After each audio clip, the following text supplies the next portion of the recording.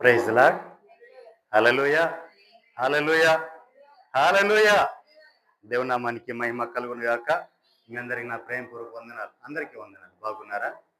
కృపయు సమాధానం మీకు కలుగును గాక. పునరుత్థాన దీవెనలు ఆశీర్వాదాలు మీకు మీ బిడ్డలకు మెండుగా కలుగును గాక. హల్లెలూయా. చూడండి ప్రియులారా, మరి ఈ పునరుత్థాన మందు పరిశుద్ధాత్మ దేవుడు నీతో నాతో ఏం మాట్లాడబోతున్నారు, అట్టి మాటలు మన వినికిలో స్థిరపరచబడును గాక. మనకు ప్రభువే సహాయము చేయను గాక. హల్లెలూయా. మొదటి కొరింథీ పత్రిక 16వ అధ్యాయం 13వ వచనం ధ్యానించుకున్నాం.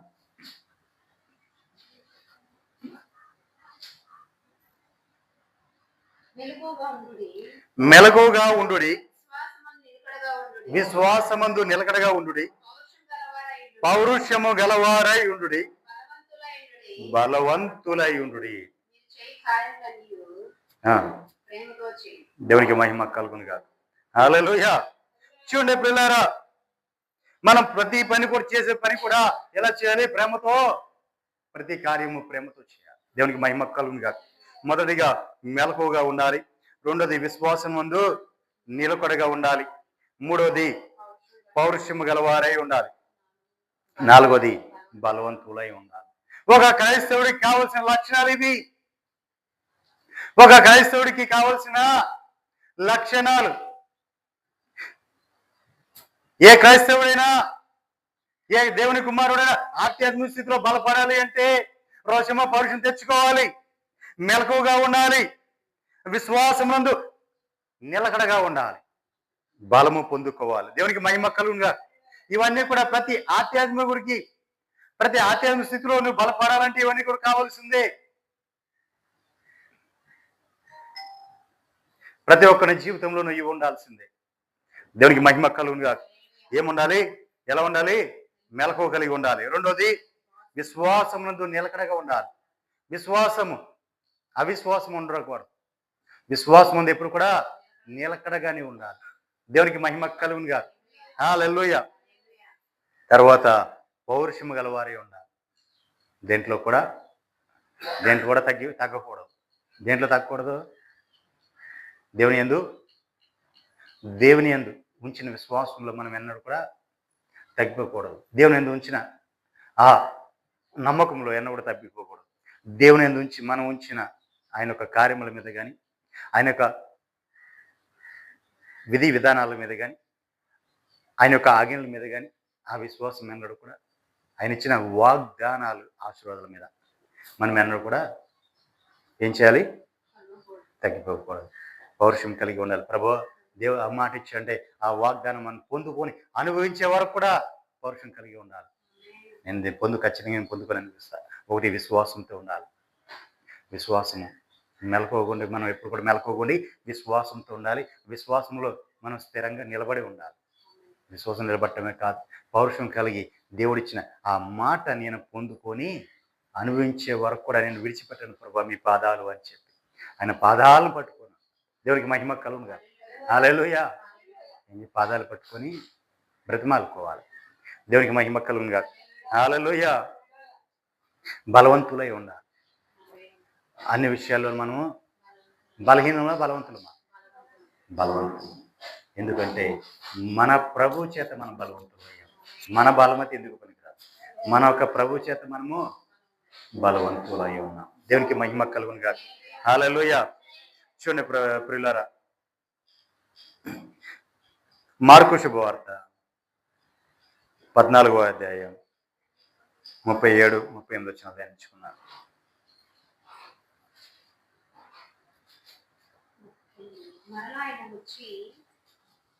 మార్కు శుభవార్త 14వ అధ్యాయం 37-38.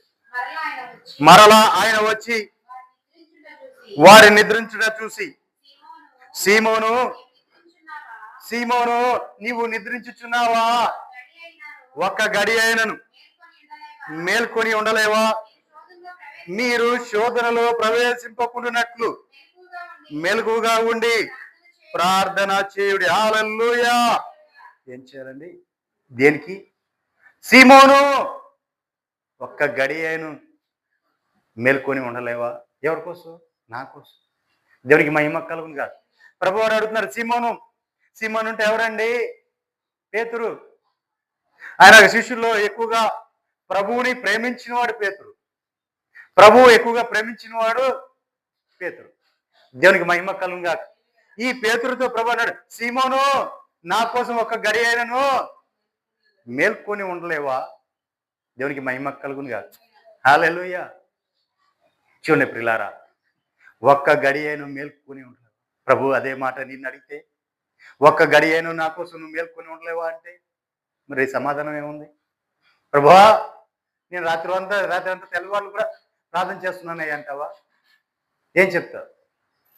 మీకోసం నేను మెలకు కలిగి ఉన్నానయ్యా, ఇదిగో అయ్యా పలానా గడియలో నేను ప్రార్థన చేస్తున్నానయ్యా మీకోసం చెప్పగలవా? ఒక్క గడి అయినను నీ పేరు పెట్టి పిలిచి, అమ్మా నీ ఒక్క గడి అయిన నా కోసం మేల్కొని ఉండలేవా అంటే ఏం చెప్తా? దేనికి ప్రభు మేల్కొని ఉండమంటున్నాడు? దేనికి మేల్కొని ఉండాలి? మీరు శోధనలో ప్రవేశింపకుండానట్లు మెలకుగా ఉండి ప్రార్థన చేయాలి. దేవునికి మహిమ కలుగునుగా. శోధనలో ప్రవేశింపకుండానట్లు ఎవరు? మీరే. దేవునికి మహిమ కలుగునుగా. మనము శోధనలో ప్రవేశింపకుండానట్లు మనం ఏం చేయాలి? మెలకు కలిగి ప్రార్థన చేయమని ప్రభు చెప్తుంటే మరి మనం ప్రార్థన చేస్తున్నామా? మెలకు ఉందా మనకి? ఎప్పుడు లేస్తున్నామా? మనం పడుకుంటే మెలకు రాదు. తెల్లారి దాకా మెలకు రాదు అయ్యా. ఇప్పటి వరకు తెల్లారి పొద్దెక్కే వరకు, సూర్యుడు ఉదయించే వరకు మాకు మెలకు రాదు. ఒకవేళ మెలకు వచ్చినా 6 గంటలకు మాకు మెలకు వస్తుంది. సూర్యుడు ఉదయించే సమయానికి మాకు మెలకు వస్తుంది. మధ్యలో ఎక్కడ మేము దేనికి లేకమయ్యా. దేవునికి మహిమ కలుగునుగా. హల్లెలూయా. మెలకుగా ఉండి అంటే ఆ మెలకువ ఆ నిద్రమత్తు కాదు మనం అడిగేది. ప్రభు అడిగేది ఆ నిద్రమత్తు గురించి తర్వాత చెప్తా. ఇప్పుడు మెలకువగా అన్ని విషయాల్లో నువ్వు ఎలా ఉండాలి? మెలకు కలిగి ఉండాలి. శోధనలో ప్రవేశింపకుండానట్లు నీవు మెలకుగా ఉండి ప్రార్థన చేస్తూ ఉండాలి. శోధనలు ఎలా వస్తాయి? శోధనలు ఎందుకు వస్తాయి అసలు మన మీదకి? మన యొక్క క్రియలను బట్టి, మన యొక్క నడవడికను బట్టి మన మీదకి శ్రమలు, శోధనలు, బాధలు వస్తుంటాయి. దేవునికి మహిమ కలుగునుగా. ఇవన్నీ కూడా మన మీదకి ఊరికనే రావు. మన క్రియలను బట్టి, మన నడవడికలను బట్టి మన మీదకి వస్తుంటాయి. దేవునికి మహిమ కలుగునుగా. మనమేమి ఏవో అంత నీతిమంతులు కాదు. దేవుడేమో శోధనలోకి నెట్టాడు, దేవుడే నన్ను పరీక్షిస్తున్నాడు, దేవుడే నాకు శ్రమలు పాలు చేశాడు దేవుడు అని దేవుడి మీద నెట్టే మాకండి. దేవునికి మహిమ కలుగునుగా. హల్లెలూయా. నువ్వు అంత నీతిమంతురాలువేమీ కాదు. దేవునికి మహిమ కలుగునుగా. హల్లెలూయా. మరి ఎలా శోధనలు వస్తున్నాయి? ఈ శ్రమలు ఎలా వస్తున్నాయి? ఈ బాధలు ఎలా వస్తున్నాయి? ఈ కష్టాలు ఎందుకు వస్తున్నాయి? ఈ కన్నీరు మనకి ఎందుకు వస్తుంది? మన యొక్క క్రియలను బట్టి, మన యొక్క నడవడికను బట్టి వస్తున్నాయి. దేవునికి మహిమ కలుగునుగా. హల్లెలూయా. మరి వాటి రాకుండా ఉండాలి, వాటి నుంచి మనం తప్పించబడాలి. ఇదిగో ఇటు నుంచి శ్రమ వస్తుంది, ఇటు నుంచి కీడు వస్తుంది, ఇటు నుంచి బాధ వస్తుంది, ఇటు నుంచి కష్టం వస్తుంది, ఇటు నుంచి ఉపద్రవం వస్తుంది, అటు నుంచి ఉప్పిన వస్తుంది. మరి వీటి నుంచి మనం ఎలా కాపాడుకోవాలి? దేవునికి మహిమ కలుగునుగా. హల్లెలూయా. ఎలా కాపాడుకోవాలి అంటే మెలకువగా ఉండి ప్రార్థన చేయాలి. దేవునికి మహిమ కలుగునుగా. ఒక రోజున ఇదే పేతురు నా కోసం ఒక గడి అయినను మేల్కొని ఉండలేవా అన్న పేతురు గారిని ప్రభు అడిగిన పేతురు గారు ఏం చేశారంటే చెరసాలలో పేతురుని బంధించి చెరసాలలో పడవేశారు. పేతురుని బంధించి చెరసాలలో పడవేశారు. సంఖ్యలు వేసి బంధించి చెరసాలలో పడవేసినప్పుడు పేతురు గారు ఏం చేస్తున్నాడంటే మనిషి నిద్రపోతున్నాడు. తెల్లారితే ఏంటి? శిరక్షేదం, తలకది నలిగేస్తారు. ఏం అడుగుతారు? తలక తీసేస్తారు, పేతురుని చంపేస్తారు తెల్లారితే. మరి ఈయనేం చేస్తున్నాడు? మనిషి నిద్రపోతున్నాడు. దేవునికి మహిమ కలుగును. ఎక్కడ? చెరసాలలో, జైల్లో. చెరసాలలో నిద్రపడద్దా అసలు? తెల్లారితే చంపేస్తారు, నిద్రపడద్దా? దేవునికి మహిమ కలుగును కాదు. హల్లెలూయా. ఇప్పుడు మనమే ఉన్నాం. నీవు పలానా రోజున చచ్చిపోతావు అని తెలిసింది, నిద్రపడద్దా? ఉంటావు అసలు? అంతకు ముందు రోజే చచ్చిపోతావు. దేవునికి మహిమ కలుగును కాదు. ఎందుకని? భయం. అమ్మో నేను చచ్చిపోతాను, ఇంకెన్ని రోజులు లేదు, అమ్మో నేను చచ్చిపోతా అని చెప్పి ముందుగానే చచ్చిపోతావు. దేవునికి మహిమ కలుగును కాదు. కానీ మరి పేతురు గారు తెల్లారితే చచ్చిపోతారని తెలుసు, తెల్లారితే శిక్షితం తల నరికేస్తారని తెలుసు. కానీ ఆదమర్చి నిద్రపోతున్నాడు. దేవునికి మహిమ కలుగునుగా. పేతురు గారు అయితే ఆదమరిచి నిద్రపోతున్నాడు, కానీ పేతురు గారు బోధించిన ఆ కట్టిన సంఘం ఉందే, ఆ సంఘం నిద్రపోవాలా. ఈయన నిద్రపోతున్నాడు, కానీ వాళ్ళు నిద్రపోవాలా. ఏం చేస్తున్నారు? అత్యాశక్తితో ప్రార్థన చేశారు. దేవునికి మహిమ కలుగునుగా. అత్యాశక్తితో వాళ్ళు ప్రార్థన చేస్తే దేవుడు అక్కడ గొప్ప కార్యం చేసి పేతురుని తీసుకొచ్చి వాళ్ళ ముందు నిలబెట్టాడు. దేవునికి మహిమ కలుగునుగా. హల్లెలూయా. అదే పౌలు శీలలు అయితే ఒళ్ళంతా నలకొట్టేసి బొండ బిగించి చెరసాల్లో పడవేస్తే ఊరికి ఉన్నారా? నిద్రపోయారా?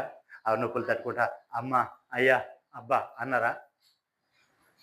దేవుని స్తుతించుకుంటూ కేకలు వేస్తూ కీర్తన పడుతూ ఉంటే ఆ చెరసాల పునాదులు కదిలిపోయాయి. దేవునికి మహిమ కలుగుగా. ప్రతి ఒక్కరి బంధకము తెంచబడింది. దేవునికి మహిమ కలుగుగా. హల్లెలూయా. అది మెలకువ కలిగి ఉండటం ఆ ఒక్కరిదే కాదు, వాళ్ళ ఆయన బంధకం తెంచబట్టమే కాదు, అక్కడ చెరసాలో ఉన్న ప్రతి ఒక్కరి బంధకము తెంచబడింది. దేవునికి మహిమ కలుగుగా.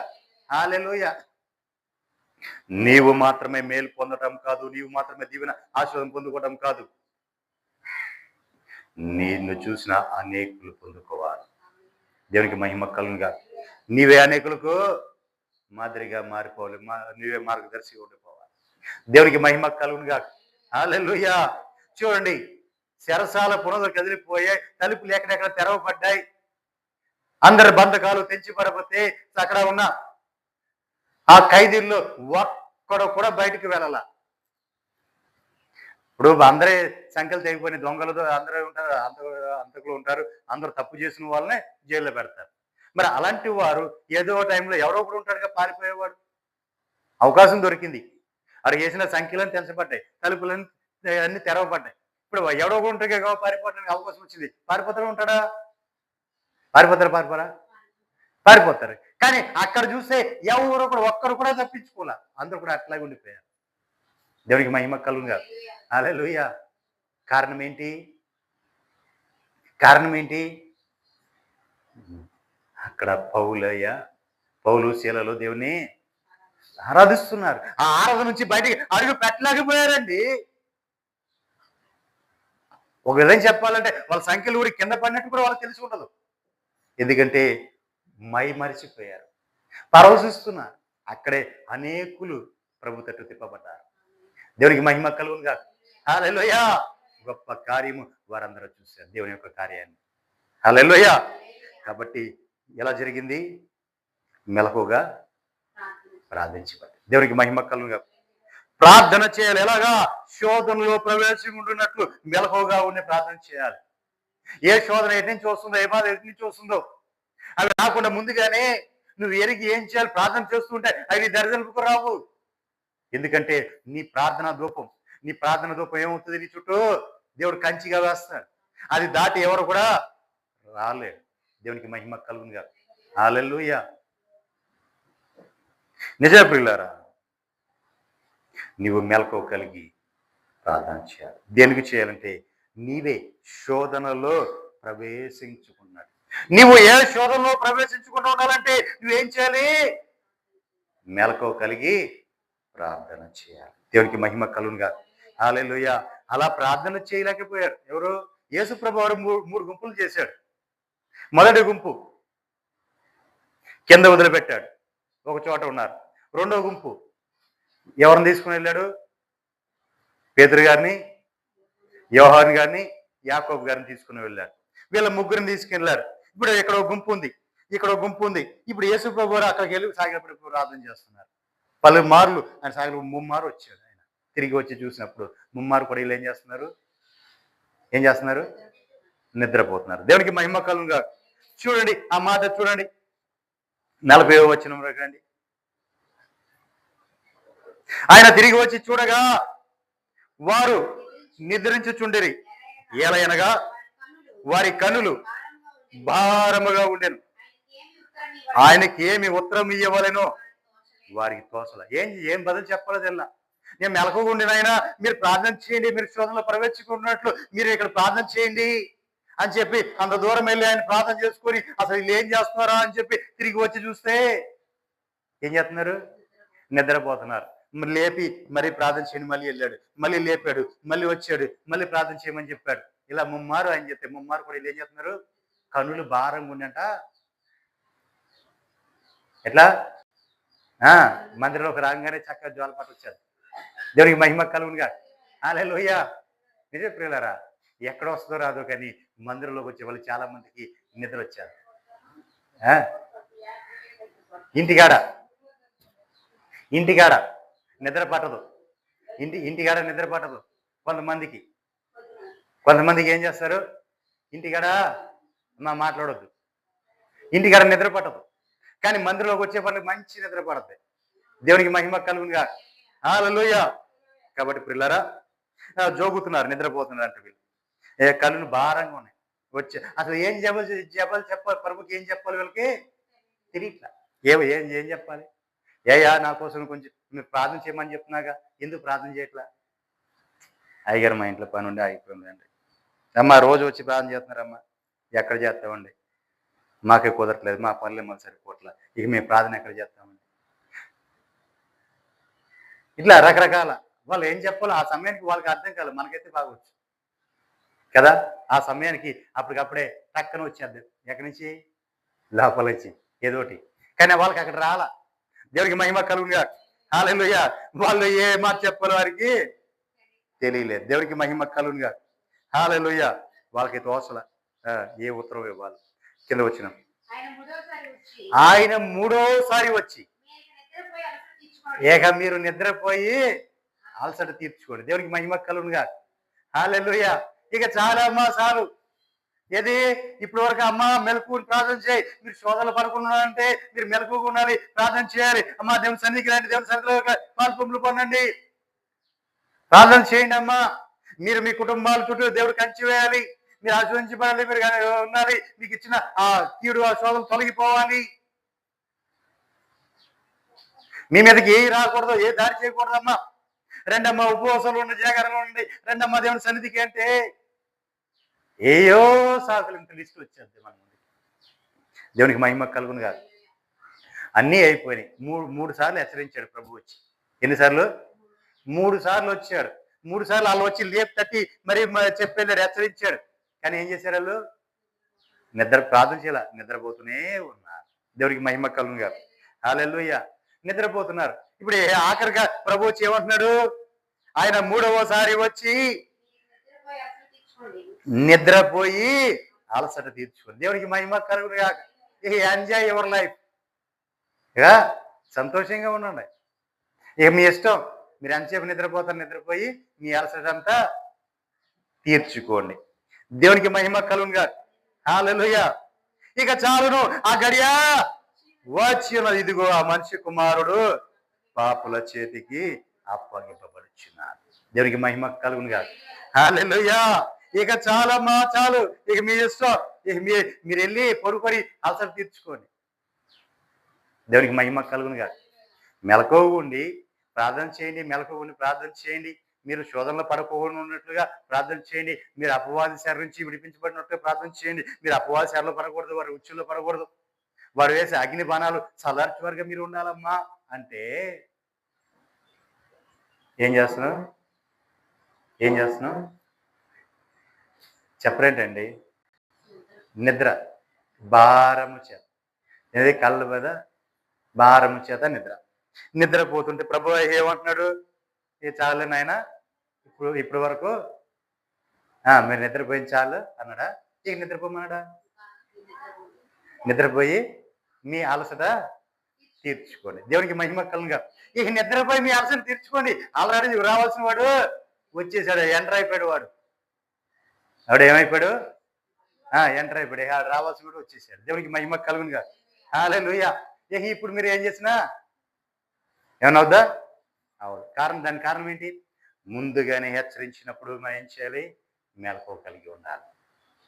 శోధనలో ప్రవేశించి ఉన్నట్టుగా ముందుగా మీరు మెలకువ కలిగి ప్రార్థన చేయంటే వాడు వచ్చేవాడు అక్కడే ఆగిపోవాలి. అక్కడి నుంచి నీ దగ్గరికి రాకూడదు. ఆల్రెడీ నీ దగ్గరికి వచ్చేసాడు అంటే నువ్వు అని ఏం చేస్తావు?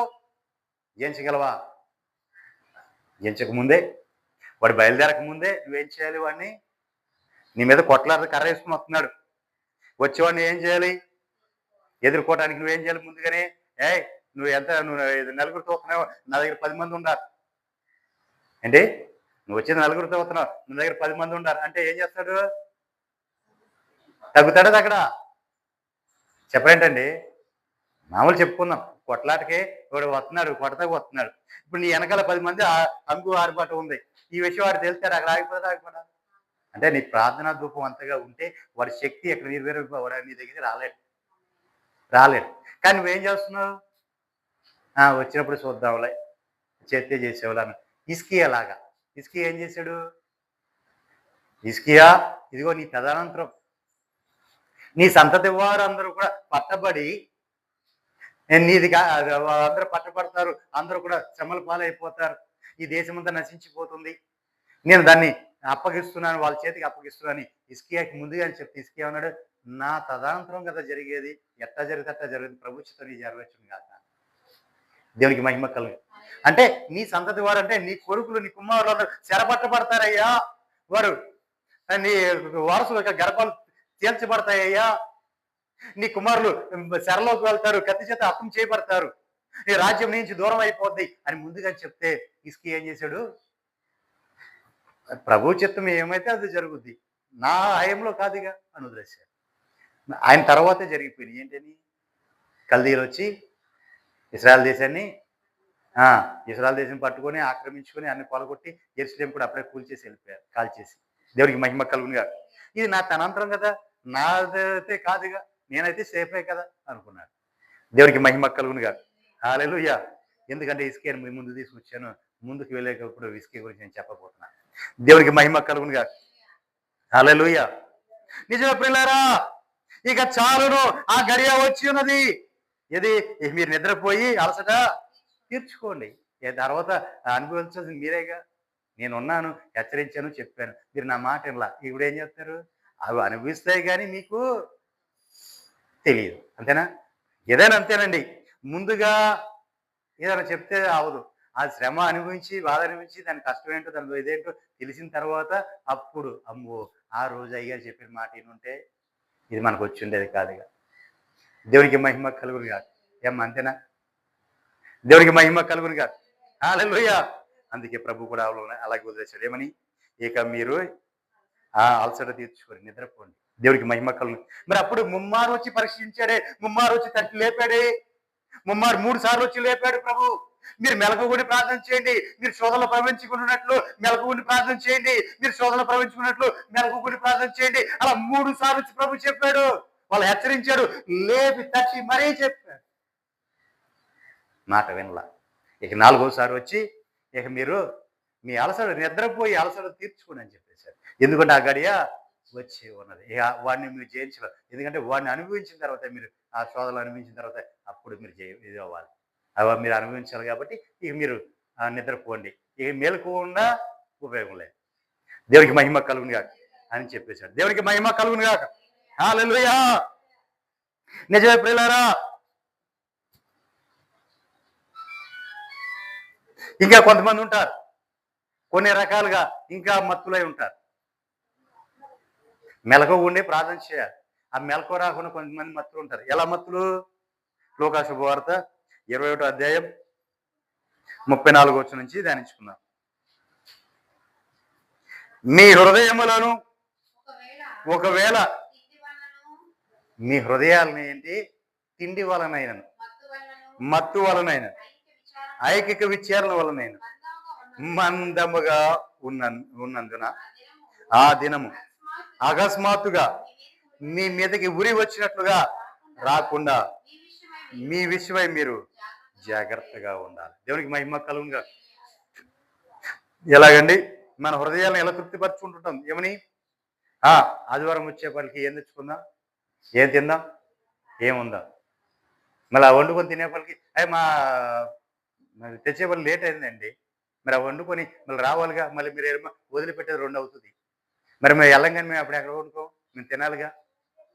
దేవునికి మహిమ కలుగునుగా అని వండుకొని ఏం తిందామా, ఏం చూద్దామా, ఇదే తప్ప అసలు ఆదివారం వచ్చింది, దేవుడి దినమే, దేవుడి సన్నిధి గడపాలి, నేను అందరికంటే ముందు నేనే వెళ్ళాలి, ఆ ఆశీర్వాదం నేను పొందుకోవాలి, ఆ వాగ్దానం నేను పొందుకోవాలి, నేను నాకు ఇచ్చిన తలంతులు పాటలు పాడాలో, పరిచయం చేయాలో, వాద్యాలు వాయించాలో, లేదా ఏది లేకపోతే తప్పట్లు కొట్టాలో, లేదా ఏది లేకపోతే దేవుని స్తుతిస్తూ మహిమపరచాలో, కానీ ఈ ఆయన ఇచ్చిన తలంతులు నేను పైనపరచాలి, నేను ఉపయోగించాలి అనేది ఉన్నది అక్కడ. మరి ఏముంటది?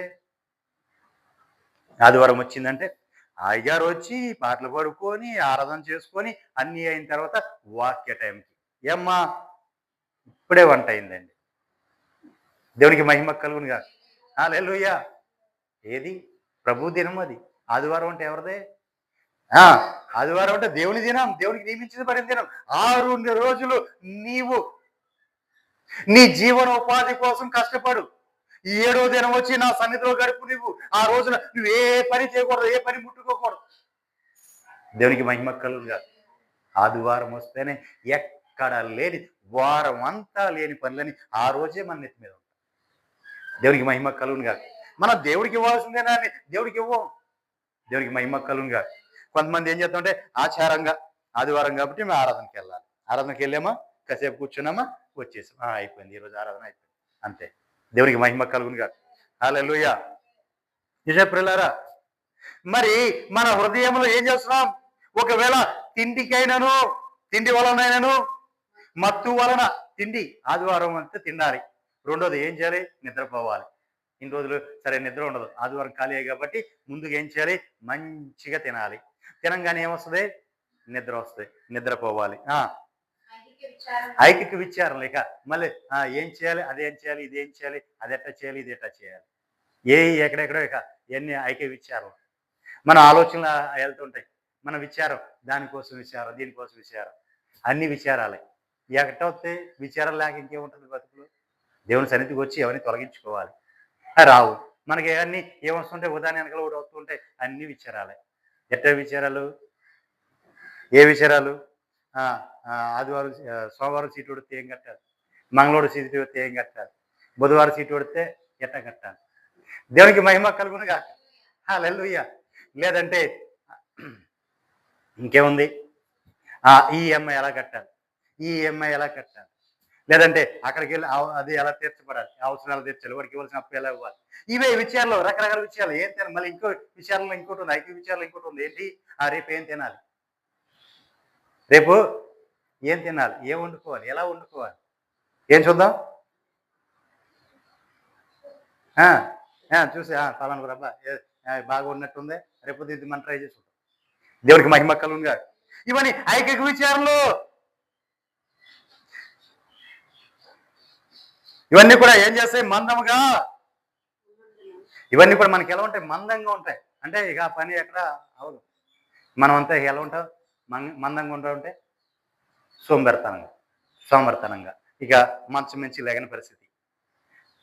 తిన్న వెంటనే నిద్ర వస్తుంది, నిద్ర వచ్చిన వెంటనే బతకం వద్దు, బతకం వచ్చిన వెంటనే ఏం చేస్తాం?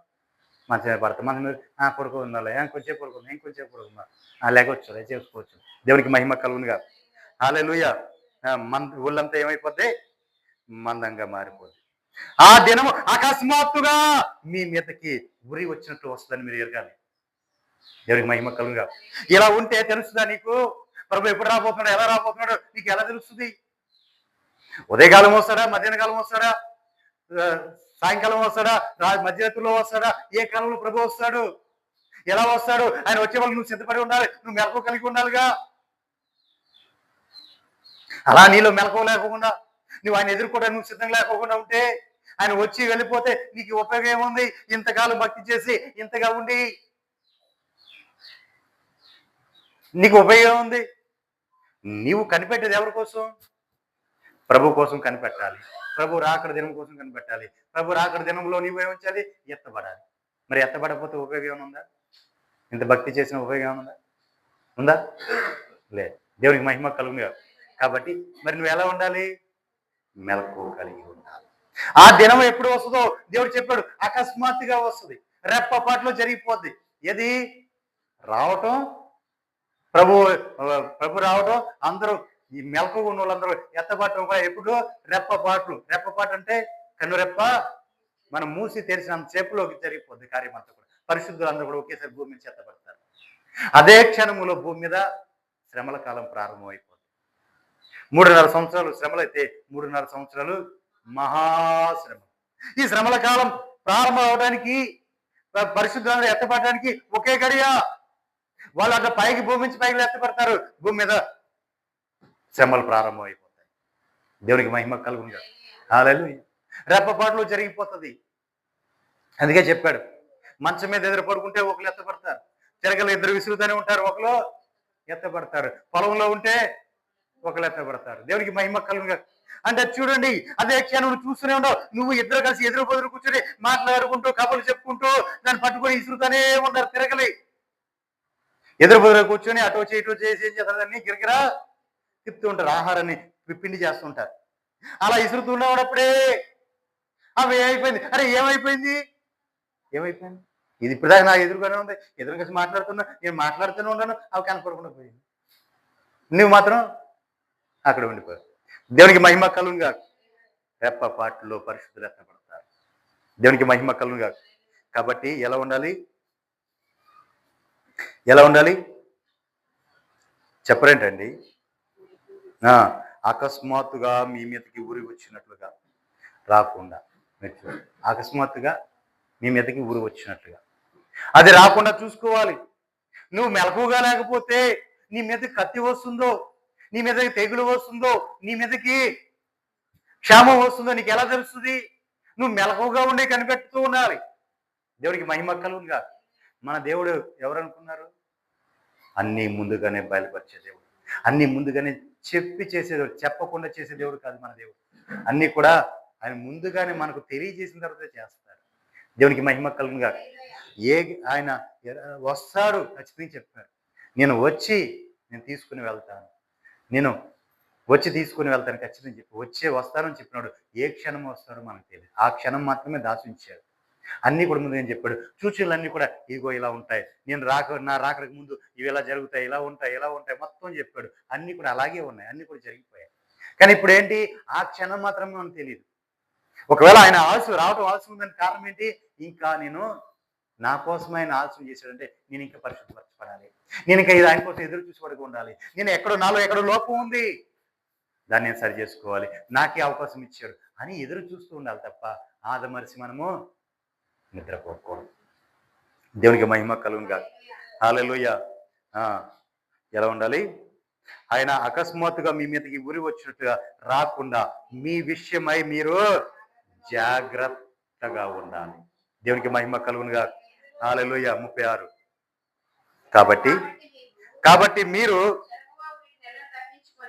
కాబట్టి మీరు జరగబోవు వీటినన్నిటిని తప్పించుకొని మనుష్య కుమారుని ఎదుట నిలబడుటకు శక్తి గలవారు అగునట్లు ఎల్లప్పుడూ ప్రార్థన చేయించు మెలకుగా ఉండాలని చెప్పాడు. దేవునికి మహిమ కలుగునుగా. హల్లెలూయా. ఎలా ఉండాలి మనం? ఎలా ఉండాలి? వీటిని ఎలా జరగబోయే వాటిని అన్నిటిని కూడా మనము తప్పించుకొని దేవుని ప్రభువైన యేసుక్రీస్తు వారు మన ఎదుటకు వచ్చేటప్పటికి ఆయన ఎదుట మనం ఎలా నిలబడాలి? శక్తి గలవారమై నిలబడాలి. దేవునికి మహిమ కలుగునుగా. ఆయన శక్తిని మనం పొందుకుని ఉంటేనే ఆయన మనం తీసుకుని వెళ్తాడు. ఆయన శక్తి లేకపోతే మనం ఎత్తపడం.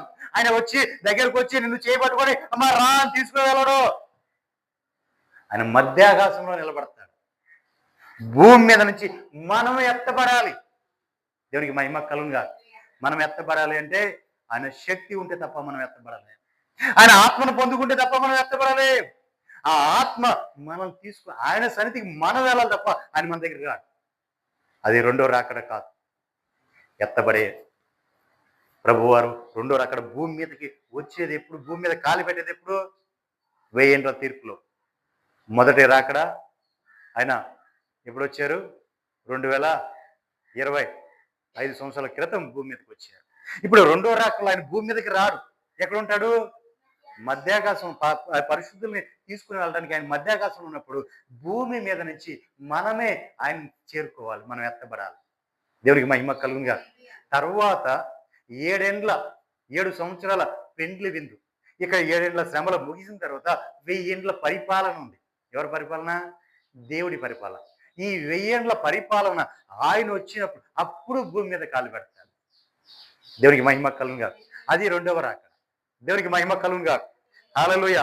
ఇప్పుడు మనము దేంట్లో ఉన్నాం? ఎక్కడ ఉన్నాం? ఆ, ఎత్తబడే సమయంలో మనం ఉన్నాం. మనకు మనమే ఎత్తబడాలి. భూమి నుంచి మనము ఎత్తబడాలి. దేవునికి మహిమ కలుగును గాక. హల్లెలూయా. ఆయన వచ్చి మనం తీసుకువెళ్తాడు, ప్రభు వచ్చి నన్ను తీసుకువెళ్తాడు అని అనుకోమాక, ఆదమరిచి నిద్రపోమాక. నీవు ఎత్తబడటానికి ఆయన యొక్క శక్తిని పొందినప్పుడు మాత్రమే నీవు భూమి నుంచి ఎత్తబడతావు. దేవునికి మహిమ కలుగును గాక. అది కూడా రెప్పపాట్లో మారిపోతుంది. ఈ శరీరం, ఈ మలినమైన ఈ పాప శరీరం అక్షయ శరీరంగా మారిపోతుంది. నువ్వు ఎత్తబడుతున్నప్పుడే శరీరం ఏమైపోద్ది? మహిమ గల దేహంగా మారిపోద్ది. ఈ మన్నైన దేహం మహిమగల దేహంగా మారి ఆయనతో కలిసి కోటాను కోట్ల సంవత్సరాలు ఉంటాం. దేవునికి మహిమ కలుగునుగా. హల్లెలూయా. కాబట్టి ప్రియులారా, జాగ్రత్తగా ఉండి మనం ఏం చేయాలి? ఆయన ఒక శక్తిని పొందుకొని మనము ఆయన శక్తి గల వారమై ఎల్లప్పుడూ కూడా ప్రార్థనలు యందు మెలకువగా ఉండాలి. దేవునికి మహిమ కలుగునుగా. హల్లెలూయా. ఎప్పుడు ఒకప్పుడు ఏం చెప్పాడా దేవుడు? ఒకప్పుడు ఏం చెప్పాడా? ఎల్లప్పుడూ కూడా, ఎల్లప్పుడు అంటే ప్రతి క్షణం కూడా మనం ఎలా ఉండాలి? మెలకువగా ఉండాలి. ఒక క్రైస్తవుడు, ఆత్మీయుడు ఎలా ఉండాలంటే ప్రతి క్షణం కూడా మెలకువ కలిగి ఉండాలి. దేవునికి మహిమ కలుగునుగా. హల్లెలూయా. ఇలా మెలకువ కలిగిన వారిని మాత్రం ఆయన ఏర్పరచుకున్నాడు. దేవునికి మహిమ కలుగునుగా. గిద్యోను కాలంలో 300 మందితో సముద్రపు ఇసుక రేణువు లాంటి సైన్యాన్ని ఓడించాడు. దేవునికి మహిమ కలుగునుగా. హల్లెలూయా. ఎలాగా? నీళ్ళ కుంటలో తీసుకుని వెళ్ళాడు. అందరు నీళ్ళు తాగి వచ్చి గిద్యోను అన్నాడు. అందరు నీళ్ళు తాగండి, మరి చాలా దూరం నుంచి వచ్చాం అంటే ఒక్కొక్కడు ఏం చేశాడు? పడి పోసుకుంటున్నాడు. తాగుతున్నాడు, దాంట్లో మునుగోడు మూసుకున్నాడు. కానీ దొరికింది కదా నీళ్ళు అని చెప్పి. అప్పుడు ఎడారిలో వచ్చారు కదా, ఆ ఎండ వేడికి తట్టుకోలేక నీళ్ళు తాగుతూ ఉన్నారు. కానీ కొంతమంది మాత్రమే నీళ్ళు తాగారు. ఎలా? కత్తి చేత్తో పట్టుకున్నారు, ఒక చేత్తో నీళ్ళు ఎలా ముంచుకుంటున్నారు, ఇలా తాగుతున్నారు. ఇలా శత్రువు ఎట్టున్నాడు, ఏం చేస్తున్నాడు, శత్రువుని గమనిస్తూ ఉన్నాడు. వాడు ఎలా ఉంటాడు? మెలకువ కలిగి ఉన్నాడు. ఆ మెలకువ కలిగిన వాడిని ఈ వీళ్ళందరూ పక్కకు పెట్టు అన్నాడు. అలా మెలకువ కలిగిన వాళ్ళు 300 మంది తేలారు. వీళ్ళు చాలు నేను యుద్ధం చేయడానికి, మిగిలిన ఇంటికి పంపించాను. దేవునికి మహిమ కలుగునుగా. హల్లెలూయా. మనం మెలకువ కలిగి ఉండాలి. శత్రువు ఏ పక్క నుంచి రాబోతున్నాడో, ఎప్పుడు దాడి చేయబోతున్నాడో, ఎటు నుంచి శత్రువు రాబోతున్నాడో ముందుగానే మనం ఏం చేయాలి? మెలకువలు కనిపెట్టాలి. శత్రువుకి మనం అవకాశము ఇవ్వకూడదు. దేవునికి మహిమ కలుగునుగా. కావాలంటే ఏం చేయాలి? మనము మెలకువ కలిగి ఉండాలి. అలా దేవుడు ఏ క్షణం ఎలా రాబోతున్నాడో తెలియదు కాబట్టి మనం ఎత్తబట్టడానికి మనం మెలకువ కలిగి ప్రార్థన చేస్తూ ఉండాలి. మెలకువ కలిగి ప్రార్థన చేస్తున్నప్పుడు మనకేమొస్తుంది? ఆయన యొక్క శక్తిని పొందుకుంటాం కాబట్టి ఆ శక్తి, ప్రభు యొక్క శక్తి, ఆయన ఆత్మ మనల్ని ప్రభు దగ్గరికి తీసుకుని వెళ్తాడు. దేవునికి మహిమ కలుగునుగా. హల్లెలూయా. దావీదు చక్కని ప్రార్థన చేశాడండి. చూడండి, ఆ మాట చెప్తాను. 17వ కీర్తన 15వ వచనం. 17వ కీర్తన 15వ వచనం.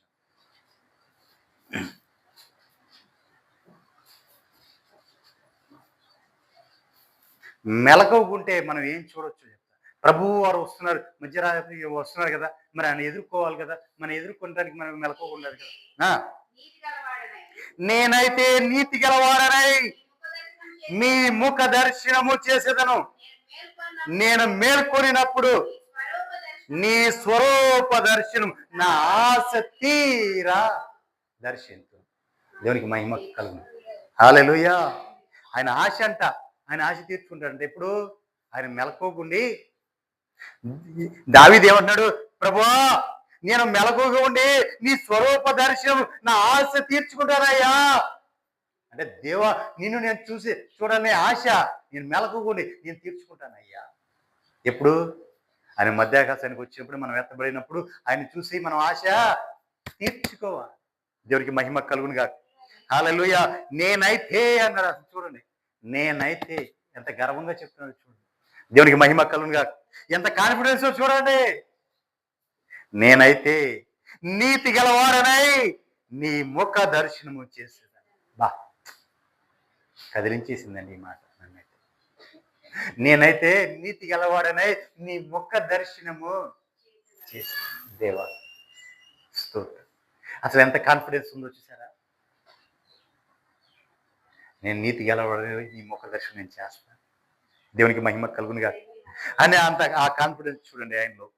నేనైతే నీతి గలవాడే నీ ముఖ దర్శనం చేసేదను, నేను మేల్కొనున్నట్లు. నేను మేల్కొన్నప్పుడు నీ స్వరూప దర్శనమును నా ఆశ తీర నా ఆశ తీర తీర్చుకుంటాను నీ స్వరూప దర్శనం చూసి.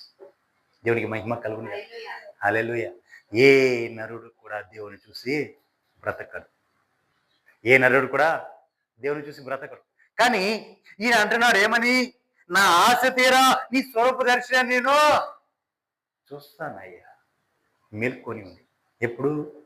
ఆయన రాకడకి ఎదురు చూసి ఆయన రాకడలో ఎత్తబడి ఆయన స్వరూప దర్శనాన్ని ఆశ తీరగా నా ప్రభు ఎలా ఉన్నాడు, నా ప్రభుని చూడాలి అని ఈ ఆశ ఎంతమందికి ఉంది? ఎవరికి లేదా? ఇంతే ఉందా? ప్రభుని చూడాలని ఆశ ఎవరికి లేదా? ఇంతే ఉందా? ఇంతుందా? దేవునికి మహిమ కలుగునుగా. హల్లెలూయా. నిజం పిల్లారా, ప్రతి ఒక్కరు ఆశపడాలి. నా ప్రభు నేను చూడాలి, నా ప్రభు నేను చూడాలి. ఆశ. దేవునికి మహిమ కలుగునుగా. హల్లెలూయా. ప్రతి ఒక్కరు ఆశపడతారు. అందరూ కూడా ఆశపడతారు. ప్రభుని చూడకూడదని ఎవరికి ఉందా? ప్రభు అంటే నాకు ఇష్టం లేదు, నేను చూడాలి, ఆయన నన్ను ఎవరు ఉన్నారా? లేదు. కాబట్టి ఆయన్ని మనం చూడగలగాలి. ఆయన చూడాలంటే మనం ఏం చేయాలి? మెలకువ కలిగి ఉండాలి. దేవునికి మహిమ కలుగునుగా. మనం మెలకువ కలిగి ఉన్నప్పుడు మాత్రమే ఆయన ఒక దర్శనాన్ని మనం చూడగలుగుతాం. దేవునికి మహిమ కలుగునుగా. హల్లెలూయా. చూడండి పిల్లారా, నేను రెండో మాటలోకి వెళ్తున్నాను. కొలస్సీయులకు రాసిన పత్రిక 2వ అధ్యాయం 5వ వచనం. మొదటిగా మనం ధ్యానించుకున్నాం ఏమని? మెలకువ కలిగి ఉండాలి. ఇప్పుడు రెండో మాట, మనం విశ్వాసమందు నిలకడగా ఉండాలి. నేను శరీర విషయంలో దూరంగా ఉన్నాను, ఆత్మ విషయంలో మీతో కూడా ఉండి మీ యోగ్యమైన ప్రవర్తనను క్రీస్తునందలి మీ స్థిర విశ్వాసమును చూసి. దేవునికి మహిమ కలుగునుగా. హల్లెలూయా. నేను శరీర విషయంలో దూరంగా ఉన్నాను, ఆత్మ విషయంలో మీతో కూడా ఉండి మీ యోగ్యమైన ప్రవర్తనను క్రీస్తునందలి మీ స్థిర విశ్వాసమును చూస్తున్నాను. దేవునికి మహిమ కలుగునుగా. హల్లెలూయా. హల్లెలూయా. నిజమే పిల్లరా, మనం ఎలా ఉండాలి? మనల్ని చూసినా చూడకపోయినా, మనల్ని అయ్యగారు ఉన్నాడు, చూశాడు, చూడలేదు, దూరంగా ఉన్నాడు, మనం ఏమైనా చేయొచ్చులే అనుకోవచ్చా? అనుకోకూడదు. మరి ఎలా ఉండాలి? దేవుడు చూస్తున్నాడని ఉండాలి. చాలా మంది ఏమంటారంటే, అమ్మో అయ్యగారు వచ్చాడు, చూసి అంటే ఏదో మాట అంటాడు, మళ్ళీ ఏదో వాక్యాలు పట్టుకొని వాయించేస్తాడు. ఏం చేయాలి? వాళ్ళ ముందు మంచిగా అయ్యారు అలాగనే అట్ట వచ్చి వెళ్తాడు, ఎప్పుడు మనం పడేడు. దేవునికి మహిమ కలుగునుగా. హల్లెలూయా. ఇప్పుడు దీన్ని ఏం చేస్తారు? ఏమంటారు? చెప్పరేంటండి? దేవునికి మహిమ కలుగునుగా. హల్లెలూయా. శరీర విషయంలో దూరంగా ఉన్నాను అంటే ఎక్కడ ఉన్నా సరే, అమ్మో అయ్యగారు ఈ వాక్యం చెప్పారు, వాక్యానుసారంగా మేము జీవించాలి. ఒకవేళ ఆయన చూస్తున్నాడని కాదు నేను జీవించేది, నా ప్రభు నన్ను చూస్తున్నాడు. దేవునికి మహిమ కలుగునుగా. హల్లెలూయా. ప్రభు నన్ను చూస్తున్నాడు అని చెప్పి వాడు ప్రభుకి భయపడేట్లు ఉండాలి. మనుషుడికి కాదు భయపడాల్సింది. దేవునికి మహిమ కలుగునుగా. మనుషుడికి కాదు భయపడాల్సింది. మరి ఎవరికి భయపడాలి? ప్రభువుకి భయపడాలి. ప్రతి క్షణం కూడా ఏ పని చేయాలన్నా, ఏది మాట్లాడాలన్నా, ఏం చూడాలన్నా, ఏది చేయాలన్నా ఎవరికి భయపడాలి? దేవునికి భయపడాలి. దేవుని భయం కలిగిన వాడు ఎక్కడ తప్పిపోడు, ఎన్నో తప్పిపోడు. ఎందుకంటే దేవుడు నన్ను చూస్తున్నాడు అని భయం ఉంటుంది వాడు. ఇదే మనుషుడికి భయపడేవాడైతే వేషధరుడు, మనుషుడు అని చెప్పి నటిస్తాడు, తర్వాత తిరిగి పాపిగా మారిపోతాడు. దేవునికి మహిమ కలుగునుగా. హల్లెలూయా. అది వేషధరితనం. దేవుడు అసలు దాన్ని సహించడు. చూడండి, నిజమే పిల్లరా, దేవుడు ఏం చెప్పాడంటే, వేసేనైనా నేను క్షమిస్తాను కానీ వేషధరిని మాత్రం క్షమించును అన్నాడు. వేషధరితనాన్ని అస్సలు సహించడు దేవుడు. దేవునికి మహిమ కలుగునుగా. అంటే మనుషుల ముందు ఒకలాగా, పక్కేలో ఒకలాగా నటించడం, అది వేషధరితనం అంటారు. దేవునికి మహిమ కలుగునుగా. కాబట్టి ప్రియులారా, శరీర విషయంలో దూరంగా ఉన్నాను, ఆత్మ విషయంలో మీతో కూడా ఉండి మీ యోగ్యమైన ప్రవర్తన క్రీస్తునందలి మీ స్థిర విశ్వాసం. దేవునికి మహిమ కలుగు. విశ్వాసం ఎలా ఉండాలి? క్రీస్తునందు స్థిరంగా ఉండాలంటే ఎన్ని శ్రమ వచ్చినా, ఎన్ని బాధలు వచ్చినా, ఎన్ని ఇబ్బందులు వచ్చినా ఎక్కడ తప్పిపోకూడదు. దేవునికి మహిమ కలుగు. నా ప్రభు ఖచ్చితంగా ఈ కార్యం చేస్తారు. విశ్వాసం ఉంచు. నీ బలహీనత పెద్ద లెక్కేం కాదు ప్రభు. నీ బలహీనత పెద్ద లెక్కేం కాదు ప్రభు అని తీసివేస్తారు. కానీ ఏమి ఉండాలి? విశ్వాసం ఉండాలి. దేవునికి మహిమ కలుగునుగా. హల్లెలూయా. మన మధ్య చూసిన ఒక సాక్షి ఒక ఆమె ఉంది. ఎవరు? మొన్న వచ్చింది 50 రోజుల్లో విజయరాయం పద్మ గారు. నా ప్రభు కార్యం చేస్తాడు. డాక్టర్లు వెళ్ళి మరిచిన ఏమన్నా అది నేను వాడి నుంచి పక్కన వదిలేసి పరేసి మన మందులు కూడా వాట మానేసి. దేవునికి మహిమ కలుగునుగా. హల్లెలూయా. అంతేకాదు ప్రభు కార్యం చేసాడు అని చెప్పారు. దేవునికి మహిమ కలుగునుగా. సాక్షి, ఆమె సాక్షి నిలబడింది. ఆ ప్రాంతం అంతా కూడా సాక్షిగా నిలబడింది. దేవునికి మహిమ కలుగునుగా. గొప్ప విశ్వాసం కలిగి ఉందండి ఆమె. దేవునికి మహిమ కలుగునుగా. హల్లెలూయా. నిజమే ప్రియులారా, మన విశ్వాసం ఎలా ఉండాలి? స్థిర విశ్వాసం. ఏ విశ్వాసం అండి? స్థిరంగా ఉండాలి. ఎప్పుడు కూడా మనం ఎప్పుడు కూడా పడిపోకూడదు. క్రైస్తవులు ఎప్పుడు కూడా స్థిరంగా ఉండాలి, స్ట్రాంగ్గా ఉండాలి. మన పునాది గట్టిగా ఉంటేనే మన ఇల్లు గట్టిగా ఉంటుంది. మనం వేసే పునాది గట్టిగా ఉంటేనే మన ఇల్లు గట్టిగా ఉంటుంది. అంటే మన విశ్వాసం గట్టిగా మన ఇల్లు దృఢంగా ఉంటుంది. అది ఎన్నడూ కూడా కాల్చబడదు. దేవునికి మహిమ కలుగునుగా. హల్లెలూయా. మన ఆధ్యాత్మిక జీవితం అనే ఈ ఇల్లుని మనం కట్టుకోవాలంటే మన విశ్వాసంతోనే కట్టుకోవాలి. దేవునికి మహిమ కలుగునుగా. హల్లెలూయా. ఈ విశ్వాసం మనం గట్టిగా కట్టుకోవాలంటే ఎలా కట్టుకోవాలి? మనుషుల్లో అయ్యగారులు చూస్తున్నారని మనుషుల చేత కుదరదు. దేవుడు చూస్తున్నాడు అనే భయము నీకుంటే నీవు గట్టిగా నిలబడతావు. దేవునికి మహిమ కలుగునుగా. హల్లెలూయా. అప్పుడు నీ విశ్వాసం స్థిరంగా ఉంటుంది. దేవునికి మహిమ కలుగునుగా. హల్లెలూయా. చూడండి, అదే మాటలో ఒక మాట ఉంది ఇక్కడ. ఆత్మ విషయంలో మీతో కూడా ఉండి మీ యోగ్యమైన ప్రవర్తనను అనే మాట దగ్గర పుట్టినట్టు ఒక మాట ఉంది చూడండి. ఒకటే ఎంకేజేస్తుంది. కింద ఏముంది మూల భాషలో? యుద్ధ సన్నద్ధులై నిలిచి ఉండు. దేవునికి మహిమ కాదు. యుద్ధ సన్నద్ధులై నిలిచి ఉండాలి. అంటే స్థిరంగా ఉండాలంటే ఏం చేయాలి? మనం స్థిరంగా ఉండాలి. విశ్వాసం స్థిరంగా ఉండాలంటే మనం ఎప్పుడు కూడా యుద్ధ సన్నద్ధులమై ఉండాలి. దేవునికి మహిమ కలుగునుగా. అంటే మనం ఎప్పుడు కూడా యుద్ధం చేయడానికి సిద్ధంగా ఉండాలి. ఎవరితో? పక్కింటి వాళ్ళతోనా? ఎదురింటి వాళ్ళతోనా? ఎవరితో యుద్ధం చేయడానికి? అపవాది వాడి సైన్య సమూహంతో యుద్ధం చేయడానికి మనం సిద్ధంగా ఉండాలి. వాడు ఎప్పుడు కూడా ఏం చేస్తాడు? అయితే నీ జీవితంలో ఏం జరగదు, నువ్వు ఇలాగే ఉంటావు, అబ్బాయి ఈ కార్యం నీ జీవితంలో జరగదు అంట. కానీ విశ్వాసం ఎలా ఉండాలి? స్థిరంగా ఉండాలి. నా ప్రభు మాట ఇచ్చాడు, ఖచ్చితంగా ఇది నా జీవితంలో నెరవేరు తీరు. నేను అనుభవించాను, నేను అనుభవించాను అంతే. దేవునికి మహిమ కలుగునుగా. నేను పొందుకొని అనుభవిస్తున్నాను అంత. దేవునికి మహిమ కలుగునుగా. హల్లెలూయా. ఖచ్చితంగా స్థిరంగా ఉండాలి. ఏదైనా మనం ఒక్క దేవుడి సన్నిధిలో తీసుకున్నామంటే, ఒక మాట తీసుకున్నామంటే, దేవుడు మనకు మాట ఇచ్చాడంటే తరతరాలు నిలిచిపోయే మాట అది. దేవునికి మహిమ కలుగునుగా. తరతరాలు నిలిచిపోయే మాట. ఆ మాటను మనం పొందుకొని మనం అనిపించడం కాదు, మనము, మన బిడ్డలు, వారి బిడ్డలు, వారి బిడ్డలు, వారి బిడ్డలు తరతరాలు అనుభవించగలగాలి. ఆ మాట అలా నిలిచిపోవాలంతే. అందుకు మనమే స్థిరమైన పునాది వేయాలి. దేవునికి మహిమ కలుగునుగా. హల్లెలూయా. మీ క్రీస్తునందలి మీ స్థిర విశ్వాసం స్థిరంగా ఉండాలి. ఎందుకంటే నువ్వు ఎక్కడ, నీ విశ్వాసం ఎక్కడ ఉంది? క్రీస్తునందు నీ విశ్వాసించావు కాబట్టి ఆ విశ్వాసానికి కర్త, నీకు కార్యములు చేయగలిగిన వాడు, నువ్వు అడిగినవన్నీ అడగక మునిపే నీకు అన్ని సిద్ధపరిచేవాడు ఆయనే ఉన్నాడు. కాబట్టి ఆయన యందు నీ విశ్వాసం ఉంచి సమస్తమును సృష్టించిన సృష్టికర్త, నోటి మాట చేత సమస్తం కలగజేయవాడు. అలాంటి ఆయన యందు నీవు విశ్వాసం ఉంచినప్పుడు నీవు కూడా ఆ విశ్వాసంలో పాలివాడివై ఉండాలి. దేవునికి మహిమ కలుగునుగా. హల్లెలూయా. అందుకే క్రీస్తులో నీవు పాలివాడై ఉన్నావు కాబట్టి, ఆయన యందు విశ్వాసం చేయబట్టి నీవు కూడా ప్రతి విషయంలోనూ నా ప్రభు వలె విజయశీలుడిగా మార్చబడతాం. దేవునికి మహిమ కలుగునుగా. హల్లెలూయా. 6వ వచనం.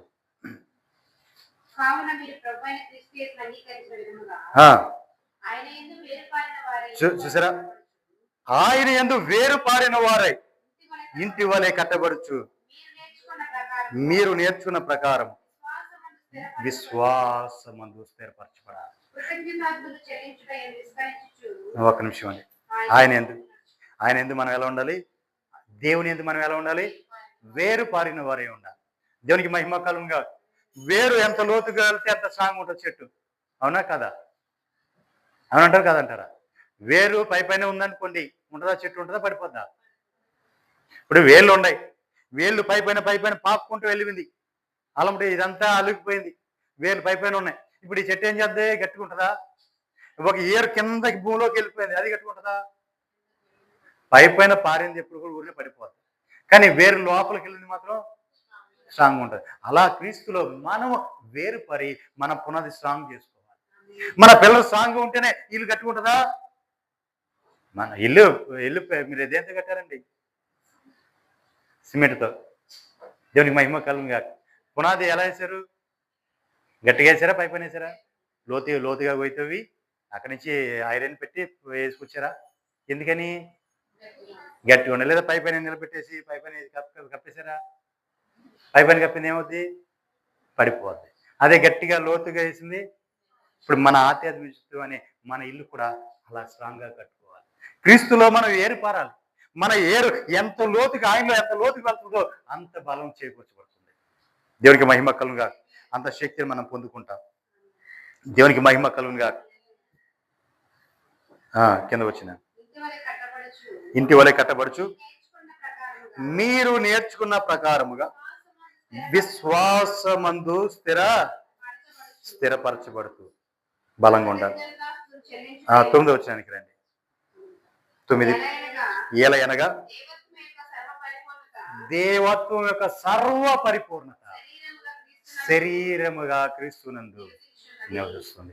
అంటే దేవుని యొక్క సర్వ పరిపూర్ణత కూడా క్రీస్తు శరీరంగా మన మధ్య నివసిస్తుంది, క్రీస్తునందు నివసిస్తుంది. కాబట్టి ఇప్పుడు మనం ఏం చేయాలి? క్రీస్తులో పరిపూర్ణత ఉంది కాబట్టి ఆయనలో మనం వేరుపారాలి. దేవునికి మహిమ కలుగునుగా. అప్పుడు మనము కూడా 10వ వచనం, ఆయన సర్వ పరిపూర్ణత ఆయనలో ఉంది కాబట్టి ఇప్పుడు ఆయనలో మనం వేరుపారాం కాబట్టి ఇప్పుడు మనం కూడా ఆయనలో, ప్రభువులో మనం కూడా సంపూర్ణమై ఉన్నాము. దేవునికి మహిమ కలుగునుగా. హల్లెలూయా. ఆయనలో మనం సంపూర్ణమై స్థిరపరచబడుచున్నాం. దేవునికి మహిమ కలుగునుగా. అపోస్తలుల కార్యాలు 14:22.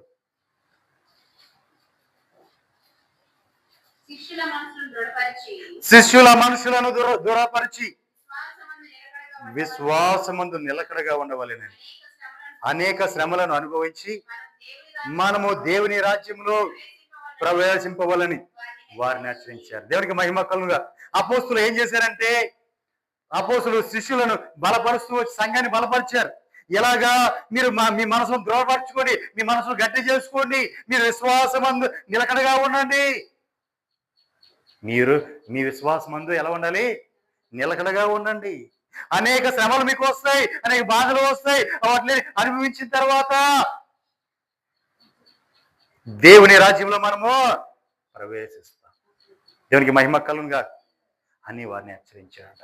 అంటే శ్రమలు రాకుండా, బాధలు రాకుండా, కష్టాలు రాకుండా, నిధులు ఏవి రాకుండా సుఖంగా జీవితం అంతా సాఫీగా వెళ్ళిపోతే దేవుని రాజ్యంలో చేరుకోలేదు. దేవునికి మహిమ కలుగునుగా. దేవుని రాజ్యంలో చేరుకోవాలంటే అన్ని కూడా దేవుడు ఏం చెప్పాడు? ప్రభు ఏం చెప్పాడు? నేను శ్రమ పొంది నేను తండ్రి చదివింది చేరుకున్నా, అట్లాగే మీరు కూడా నన్ను వెంబడించమన్నాడు. అంటే ఆయన మార్గంలో శ్రమలు ఉన్నాయి, బాధలు ఉన్నాయి, కష్టాలు ఉన్నాయి, ఇబ్బందులు ఉన్నాయి, ఇక్కట్లు ఉన్నాయి, అన్నీ ఉన్నాయి. అన్ని తట్టుకొని తాళుకొని ఉంటే మాత్రం అప్పుడే మనము స్ట్రాంగ్ అవుతాం, గట్టిగా నిలబడగలం. దేవునికి మహిమ కలుగునుగా. హల్లెలూయా. ఇప్పుడు నన్ను ఎందుకు ఇంత శ్రమ పెడుతున్నాడు, ఇంత నలగొడుతున్నాడు? దేనికి? ఇంకా బలపరచబడటం కోసం. దేవునికి మహిమ కలుగునుగా. హల్లెలూయా. ఆయనలో ఇంకా ఆయన నన్ను కోరుకున్నాడు, ఇదిగో నీ విధంగా ఉండాలి అంటే ఆ స్వరూపు నాలోకి రావడానికి నేనేమవ్వాలి? నలగొట్టబడాలి. దేవునికి మహిమ కలుగునుగా. హల్లెలూయా. ఇప్పుడు ఇదివరకు ఇప్పుడు చెక్కట్లేదండి. ఇప్పుడు అంతా అచ్చులు వేసేస్తున్నారు. ఇదివరకు శిల్పాలు చెక్కేవారు, బొమ్మలు చెక్కేవారు. ఏం చేసేవాడు సుత్తిను శానం పట్టుకొని కావాల్సిన రూపం చెక్కుంటూ వచ్చేవారు. ఆ రాతిని ఒక రాతి పలక తీసుకొని దాన్ని ఏం చేసేవారు, మలిచేవారు. శిల్పాలు అనేవాడు. ఆ శిల్పాలు చెక్కుంటూ వచ్చేవారు. ఇప్పుడు దాని రూపం రావడం కోసం ఆ రాయిని ఏం చేసేవాడు, చెక్కే కొందుగా ఏమవుతుంది, పేలిపేలుగా లేచిపోతూ ఉంటారు. అలాగే ఈ ఆధ్యాత్మిక జీవితం కూడా పరమశిల్పిగా ఆయన మనం చెక్కుతున్నప్పుడు మనలో అనేక బాధలు, దెబ్బలు ఇవన్నీ తగులుతుంటాయి. అలా కొట్టబట్టే ఈ రోజున ఎక్కడెక్కడ ఇరిగిపోబట్టే మీ మధ్య ఇలా నిలబడ్డా. లేకపోతే నాకు చేత కాదు ప్రభు, నా వల్ల కాదు ప్రభు. దేవునికి మహిమ కలుగునుగా. హల్లెలూయా. కాబట్టి ఆయన మనం చెక్కేటప్పుడు మనకు దెబ్బలు తగులుతూ ఉంటాయి, బాధలు వస్తుంటాయి. అంతదాకా మనం తెచ్చుకోకుండా మనం ఏం చేయాలి, శ్రమలు, బాధలు, ఇబ్బందులు ఇవన్నీ వస్తుంటాయి. ఎవరిని కూడా అనిపించుకుంటే మనం ఆయన రాజ్యంలో, దేవుని రాజ్యంలో మనం ప్రవేశిస్తామని మనం అర్హత పొందుకున్నాం అనుకోవాలి. శ్రమ వచ్చిందంటే ఆ కాలంలో ప్రభు చెప్పాడు, అపోస్తుల కాలంలో ఏమంటే మాకు శ్రమ కలిగింది, బాధ కలిగిందంటే సంతోషపడేవాళ్ళంట. ఎవరైనా దూషిస్తే సంతోషపడేవాళ్ళంట, ఎవరు కొడితే ఆనందపడేవాళ్ళంట. ఎందుకని, నేను దేవుని రాజ్యంలో దేవుని రాజ్యం చేర్చబడతావు, ఇదిగో దేవుడి చిత్తమై ఉంది అని చెప్పి. దేవునికి మహిమ కలుగునుగా. హల్లెలూయా. కాబట్టి శ్రమలు, బాధలు అన్ని కూడా మనము అనుభవిస్తే తప్ప దేవుని రాజ్యంలో ప్రవేశించలేము. కాబట్టి అవన్నీ మనకు వస్తున్నాయి అని చెప్పి మనము విశ్వాసంలో ఇంకాను విశ్వాసంలో నిలకడగా ఉండాలి. దేవునికి మహిమ కలుగునుగా. హల్లెలూయా. 2 తిమోతి పత్రిక 4:7 అపోస్తలుడైన పౌలు కూడా అదే మాట అన్నాడు. ఆయన ఏమని, నేను మంచి పోరాటము పోరాడి తిని, నా పరుగు కడముట్టించి తిని, విశ్వాసమును కాపాడుకున్నాడు. దేవునికి మహిమ కలుగును. ఆయన విశ్వాసాన్ని కాపాడుకున్నాడు. విశ్వాసంలోంచి ఎక్కడ తప్పిపోలా, ఎక్కడ అవిశ్వాసం ఆయనలోకి రాలా. ఎన్ని శ్రమలు, ఎన్ని బాధలు వచ్చినా, ఎన్ని ఇబ్బందులు వచ్చినా పలుమార్లు నేను బాధించబడ్డా. ఎక్కడ, ఓడలో సముద్రంలో వెళ్తుంటే ఓడ పగిలిపోయి ఒక రాత్రి పగలు కూడా ఉండిపోయే వాడలోనే ఎక్కడ ఆ సముద్ర నీళ్ళలోనే ఉన్నా. పలుమార్లు ఎక్కడ చిన్న ఆ సముద్ర ఓడ యొక్క చెక్క ముక్కలు దొరుకుతాయి కదా, ఆ పగిలిపోయినప్పుడు ఆ ముక్కల మీద ఆధారం చేసుకొని ఈదుకుంటూ ఒడ్డుకు వచ్చేవారు. పలుమార్లు అలా జరిగింది. పలుమార్లు నన్ను సంపాదన చూసి రాళ్లతో మారు కొట్టారు. రాళ్ళ దెబ్బలు కొడితే చచ్చాడు కదా అని వదిలేసి వెళ్ళిపోతే ఆయన ఏం చేశాడు, తిరిగి బ్రతికి వచ్చాడు. పలుమార్లు నన్ను బెత్తమ్మలతో కొట్టారు. కొరడా దెబ్బలు, ఒకటి తక్కువ 39 కొరడా దెబ్బలు, ముమ్మారు తిన్నా. ఇలా ఇవన్నీ ఎందుకు చెప్పుకొచ్చాడు, ప్రభువు అనుభవించిన వాటిలో మిచ్చము నేను అనుభవించా అంటే ప్రభు అనుభవించగా ఇంకా ఏవైతే మిగిలిపోయినాయో అవన్నీ కూడా నేను అనుభవించే ఆ శ్రమలన్నీ అన్నాడు ఆయన. దేవునికి మహిమ కలుగునుగా. కరువు ఎలా ఉంటుందో తెలుసు, దరిద్రం ఎలా ఉంటుందో తెలుసు, వస్త్రం ఎలా ఉంటుందో తెలుసు, ఉపద్రవం ఎలా ఉంటుందో తెలుసు. అన్నీ కూడా నేను అనుభవించా. ఎందుకు, నా ప్రభువుకు నేను దగ్గర అవ్వడానికి, నా ప్రభువుకు నేను దగ్గర అవ్వడానికి. నేను మంచి పోరాటం పోరాడా అంటే నా పరుగు నేను తుదముట్టించా అంటే ప్రభు నా మీద ఉంచిన భారాన్ని నేను సవ్యంగా ఆ పనిని చక్కగా నేను నెరవేర్తించా. దేవునికి మహిమ కలుగునుగా. హల్లెలూయా. నేను మంచి పోరాటం పోరాడి తిని, నా పరుగు కడముట్టించి తిని, విశ్వాసము కాపాడుకున్నా. నా విశ్వాసం నేను ఎక్కడ తప్పిపోకుండా నా విశ్వాసాన్ని కాపాడుకున్నా. ఇక మీదట నా కొరకు నీతి కిరీటం ఉంచబడింది. హల్లెలూయా. దేవుని పిల్లలు పొందుకోవాల్సింది, క్రైస్తవుడు సంపాదించుకోవాల్సింది ఇది ఏంటిది, కిరీటం, నీతి కిరీటం పొందుకోవాలి. దేవునికి మహిమ కలుగునుగా. చూడండి, నేను మంచి పోరాటం పోరాడాను, నా పరుగు కడముట్టించాను, ఇక మీదట నా కొరకు నీతి కిరీటము ఉంచబడి ఉన్నది. దేవునికి మహిమ కలుగునుగాక. ఆ దినమందు నీతి గల న్యాయాధిపతి అయిన ప్రభువు నాకు మాత్రమే కాకుండా తన ప్రత్యక్షతను అపేక్షించు వారందరికీ అనుగ్రహిస్తాడు. దేవునికి మహిమ కలుగు. నేనే పొందుకుంటా, ఆ కిరీటం నాదే అని చెప్పాలి ఆయన. అక్కడ ఏం చెప్పాడు, నాకు మాత్రమే కాదు, తన ప్రత్యక్షతను ఎంతమంది అపేక్షిస్తున్నారు, దేవుని చూడండి ఎంతమంది ఆశ కలిగి ఉన్నారు, వారందరూ కూడా ఆ కిరీటం పొందుకుంటారు. దేవునికి మహిమ కలుగునుగా. హల్లెలూయా. ఇది నాదే, నేనే పొందుకుంటా, మీరేం పొందుకోరు, మీరు ఎట్లా ఉంటారు ఆయన చెప్పాడా? చెప్పరా. ఏం చెప్పాడు? ఏం చెప్పాడండి ఆయన? నాకు మాత్రమే కాదు, ఏది ఏది నా కొరకు నీతి కిరీటం వచ్చబడి ఉన్నది, ఆ దినమందు నీతి గల న్యాయాధిపతి అయిన ప్రభువు అది నాకు మాత్రమే కాకుండా తన ప్రత్యక్షతను అపేక్షించు ప్రతి ఒక్కరికి కూడా అది అనుగ్రహించబడుతుంది అని చెప్పాడు. దేవునికి మహిమ కలుగునుగా. హల్లెలూయా. హల్లెలూయా. ఇప్పుడు నేను 3వ మాటలోకి వెళ్తున్నాను. యోబు మహాపుస్తకం 38వ అధ్యాయం 3వ వచనం. 1 మెలకుగా ఉండుడి, 2 విశ్వాసమందు నిలకడగా ఉండుడి, 3 పౌరుషము గలవారై ఉండుడి.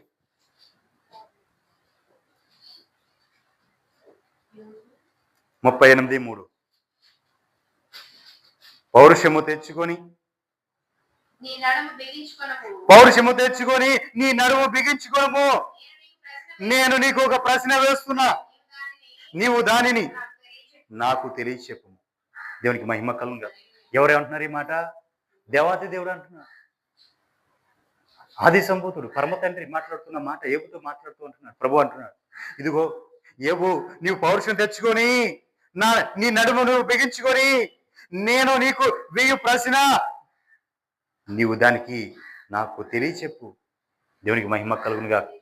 దేవుడు అడుగుతున్నాడు, యోబు నేను నీకు ప్రశ్న వేస్తాను, నువ్వు నడుము కట్టుకునే దానికి నాకు జవాబు చెప్పు అంటున్నాడు. దేవునికి మహిమ కలుగునుగా. 4వ వచనం. నేను భూమికి పునాదులు వేసినప్పుడు నీవెక్కడ ఉంటివి? నీకు వివేకము కలిగి ఉన్నాడు చెప్పు. నేను అడుగుతున్నా, ఇదే మాట్లాడుతున్నా. దేవుడు భూమికి పునాదులు వేసినప్పుడు నువ్వు ఎక్కడున్నా? ఎక్కడున్నా? ఎక్కడున్నా చెప్పరా? దేవుని దగ్గర ఉన్నా. తెలుసా నీకు ఆ విషయం? తెలుసా? నువ్వు దేవుని దగ్గర ఉన్నావా? అప్పుడు నువ్వు పుట్టలేదుగా. భూమి పునాది ఎన్ని వేల సంవత్సరాలు అవుతుంది? పుట్టావా? హల్లెలూయా. హల్లెలూయా. మరి అది నీకు ఎలా తెలుసు? ఎక్కడున్నావు నువ్వు? దేవునికి మహిమ కలుగునుగా. హల్లెలూయా. నేను భూమికి పునాది వేసినప్పుడు నీవెక్కడ నుంటివి? నీకు వివేకము కలిగినాడు నువ్వు చెప్పు. ఎక్కడున్నావు? ప్రభువా నీ సన్నిధిలోనే నేనున్నా. దేవునికి మహిమ కలుగు. ఎందుకంటే ఆయన భూమికి పునాది వేయక మునిపే మనం ఆయన సన్నిధిలో ఉన్నాం. దేవునికి మహిమ కలుగునుగా. హల్లెలూయా. అదే యోబు పుస్తకం 31వ అధ్యాయం 34 వచనం నుంచి రండి.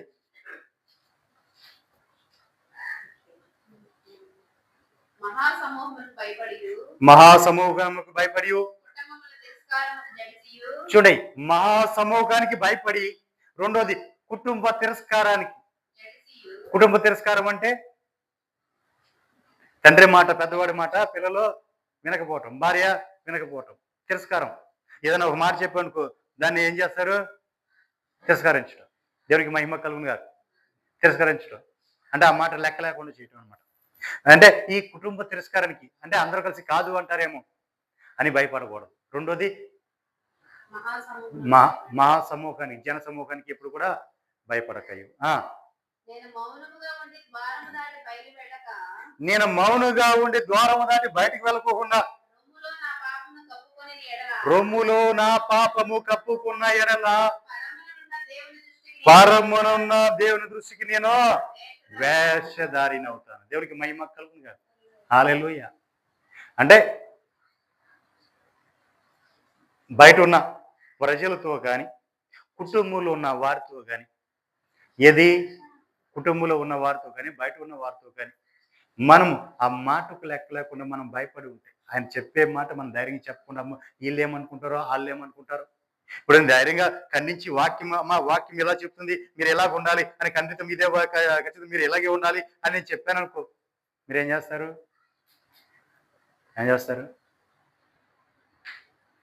పాటిస్తారా? ఏగరట చెప్తారు, మనం ఏంటి పాటించారు, తుణికరేస్తారు. సమయానికి రావాలమ్మా అంటే వస్తారా? మా సమయానికి మేము వస్తామంటారు. దేవుడికి మహిమ కలుగునుగా. ఇలా తుణీకారం తృణీకరిస్తారు. అలా తృణీకరిస్తారు అని చెప్పేసి వాళ్ళు నన్ను ఏదో అనుకుంటారని చెప్పేసి, లేదా మీకు నేను భయపడి నేను చెప్పాల్సిన మాట చెప్పకుండా ఉంటే అది ఎలా ఉంటుంది? నా హృదయంలో దాచుకున్న పాపం, దోషం, నాకు దోషమే. నేను చెప్పాలనుకున్న మాట చెప్పాను. అమ్మ ఇదిగో నువ్వు ఖచ్చితంగా ఎలా ఉండాలి, నీ నడవడికి ఎలా ఉండాలి, దేవుని సన్నిధికి వచ్చి నువ్వు ఎలా ఉండాలి, ఈ సమయానికి రావాలి, నువ్వు ఎలా ఉండాలి అని నేను ఖచ్చితంగా చెప్పేశాను అనుకో. నా హృదయంలో నేను ఆ మాటని నేనెందుకు దోషం అవ్వాలి, నేనెందుకు పాపం అవ్వాలి, పాపం నేనెందుకు దాచుకోవాలి, నేను చెప్పేసా. నీవు విని నీవు నడుచుకుంటే నువ్వు ధన్యురాలు, లేదా దానికి నువ్వే పాత్రురాలు. దేవుడికి మహిమ కలుగాక. నేనెందుకు అవ్వాలి, దేనెందుకు చూడాలి? ఇప్పుడు నేను గట్టిగా చెప్పి ఖండితం చెప్పాను అనుకో, ఆ వేసే 10 రూపాయలు నాకు రాకుండా ఉంటాయి, లేదా వచ్చే నువ్వు ఆగిపోతావు. అయినా సరే నాకెందుకు, నేనెందుకు దోషిని అవ్వాలి, నేనెందుకు పాపం అవ్వాలి నీ గురించి? దేవుడు నీకు చెప్పమన్న మాట నేను ఖచ్చితంగా చెప్పేశాను. దానికి నేను ఉత్తరవాదిని కాదు, దానికి నాకు ఇక సంబంధం ఉండదు. దేవునికి మహిమ కలుగునుగా. అదే యెహెజ్కేలు మాట చెప్పాడు, ఇప్పుడు చెప్పనులే కానీ దేవునికి మహిమ కలుగునుగా. హల్లెలూయా. చెప్పమన్న మాట చెప్పేయటమే. అందుకే ఏమన్నాడు, నా హృదయంలో దాన్ని ఎందుకు దాచుకోవాలి, నేను ఎందుకు పాపిగా మార్చాలి, నేను ఎందుకు దోషిగా ఉండాలి దేవుడి ముందు, నేను దోషిగా పాపిగా ఎందుకు కనపడాలి? దేవునికి మహిమ కలుగునుగా. హల్లెలూయా. అలా ఉంటే నేను ఎలా ఉంటాను? వేషధారణ అవుతా. ఇప్పుడు నీ దగ్గర ఒక మాట చెప్పి దేవుడి దగ్గరికి వెళ్ళి దేవుడు ఒక మాట చెప్పాడు, నీ దగ్గర ఒక మాట చెప్పా, ఇప్పుడు నేనేమైపోయా? వేషధారణ అయిపోయా. దేవునికి మహిమ కలుగునుగా. ఆయన దృష్టికి నేనెందుకు వేషధారిగా ఉండాలి? దేవునికి మహిమ కలుగునుగా. నన్ను పోషించేది ఆయన, నన్ను నడిపించేది ఆయన, నాకు సమస్తము సమకూర్చేది ఆయన, ఆయన పనివాడను నేను, ఆయన కింద పని చేస్తున్న వాడును. ఆయన ఇచ్చిన మాట ఇచ్చినట్టుగా నేను చెప్పకోకుండా నాకు ఇష్టమైన రీతిలో నేను చెప్తే ఆ మాట నేను చెప్పడం వల్ల ఏమవుతుంది? అయితే ఏమవుతుంది? మీ నుంచి ఎదిరిపోస్తుంది, మీ నుంచి చిన్న శ్రమ అవుతుంది, లేదంటే మీరు వేయాల్సిన కానికి మానేస్తారు. అప్పుడు ఏమవుతుంది? కొంచెం బాధ కలుగు. అయినా సరే నాకేంటి, నాకు నీవు ఇవ్వడం మానేస్తే నాకు ఇంకో చోట నుంచి నా ప్రభు ఇస్తారు. దేవునికి మహిమ కలుగునుగా. నీవు ఇవ్వడం మానేసావు అనుకో, ఇంకో చోట నుంచి నా ప్రభు ఏం చేస్తాడు? ఇంకోళ్ళకి ద్వారం తెరుస్తాడు, ఇంకో చోట నుంచి నా అవసరం తెరుచుకున్నాడు. ఎందుకంటే ఆయన నా యజమాడు కాబట్టి. ఆయన మాటే నేను వినాలి తప్ప ఎవరి మాట నేను వినకూడదు. దేవునికి మహిమ కలుగునుగా. అందుకే నేను నా ప్రభుకు ముందు నేనెందుకు దోషిగా కనపడాలి, నా హృదయంలో నేను ఎందుకు పాపం చేర్చుకోవాలి? నా మనవి వినుటకై నాకొకడు ఉండవలెనని నేను కోరుకొచ్చున్నా. దేవునికి మహిమ కలుగునుగా. హల్లెలూయా. అంతేకాదు, ఆఖరి వచనానికి రండి. 37వ వచనమా? నా అడుగులు లెక్క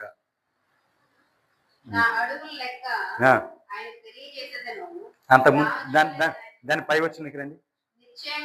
నిశ్చయముగా నేను నా భుజం మీద దానిని వేసుకుంటా. చూసారా? నిశ్చయముగా నేను నా భుజం మీద దాన్ని మోసుకుని వెళ్తా, నేను దాన్ని కిరీటంగా ధరించుకుంటా. నా అడుగుల లెక్క ఆయనకు తెలియజేసేదను. రాజు వలె నేను నా దేవుని దగ్గరికి వెళ్తాను. ఎలాగా? నా అడుగుల లెక్క. ఇంకా పై వచ్చే చదువుకుని మీకు అర్థం ఇంటికి. ఇలాగా నా అడుగుల లెక్క నేను మూట కట్టుకుని భుజాన్ని వేసుకుని వెళ్తా. నేను కిరీటం ధరించుకున్నట్టుగా నా నీతిని కిరీటం ధరించుకుని వెళ్తా. నేను వెళ్ళేటప్పుడు నా దేవుని దగ్గరికి వెళ్ళేటప్పుడు ఎలా వెళ్తా? రాజు వలె వెళ్తా. దేవునికి మహిమ కలుగునుగా. హల్లెలూయా. ఇది పౌరుషం అంటే ఏంటండి? పౌరుషం అంటే ఇది. ఎలా ఉండాలి? దేవుని దగ్గరికి వెళ్ళినప్పుడు నేను ఎలా ఉండాలి? నేను రాజుగా వెళ్ళాలి. ఎందుకంటే ఆయన మహారాజు, ఆయన కుమారుడు. ఆయన దగ్గరికి వెళ్ళినప్పుడు ఎలా వెళ్ళాలి? తలదించుకొని తప్పు చేసిన వాడిగా కొనుక్కుంటూ వెళ్ళాలా? ఆయన కుమార్తె ఎలా వెళ్ళాలి? రాజు వల్ల ధైర్యంగా వెళ్ళాలి. దేవుని దగ్గరికి వెళ్ళినప్పుడు, నీ తండ్రి దగ్గరికి వెళ్ళినప్పుడు నువ్వు ఎలా వెళ్తావు? రాజుగా వెళ్ళాలి. దేవునికి మహిమ కలుగునుగా. ఒకసారి నిద్రపోతున్న అందరూ కూడా గట్టిగా స్తోత్రం చెప్పండి. హల్లెలూయా. ఇంకా ఎవరు నిద్రపోవట్లేదా? దేవునికి మహిమ కలుగునుగా. మెలకువగా ఉండవాలి చెప్పారు, నిద్రపోకుండా చెప్పలేదు. సరే, దేవునికి మహిమ కలుగునుగా. హల్లెలూయా. 2వ రాజుల పుస్తకం 20వ అధ్యాయం 1వ వచనం ధ్యానించుకున్నాం.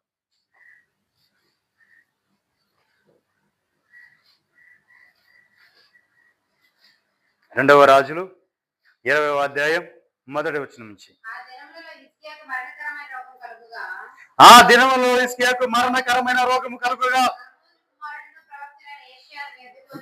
యెషయా అతని ఎదురుకు వచ్చి, నీవు మరణమవుచున్నావు హిజ్కియా, ఇదిగో నువ్వు చచ్చిపోతావు, ఇక నువ్వు బతకు కాబట్టి నీవు నీ ఇల్లు చక్కబెట్టుకోమని దేవుడు సెలవిస్తున్నారు. హిజ్కియా, ఇక నీకు చచ్చిపోతావు కాబట్టి నీ ఇల్లు నువ్వు చక్కబెట్టుకో, నువ్వు చచ్చిపోతావు, దేవుడు నీతో చెప్పమన్నాడు ఈ మాట అన్నాడు. దేవుడికి మహిమ కలుగుగా. హల్లెలూయా. అప్పుడు హిజ్కియా గారు ఏం చేశాడు? యెహోవా తట్టు గోడ తట్టు తిప్పుకొని, యెహోవా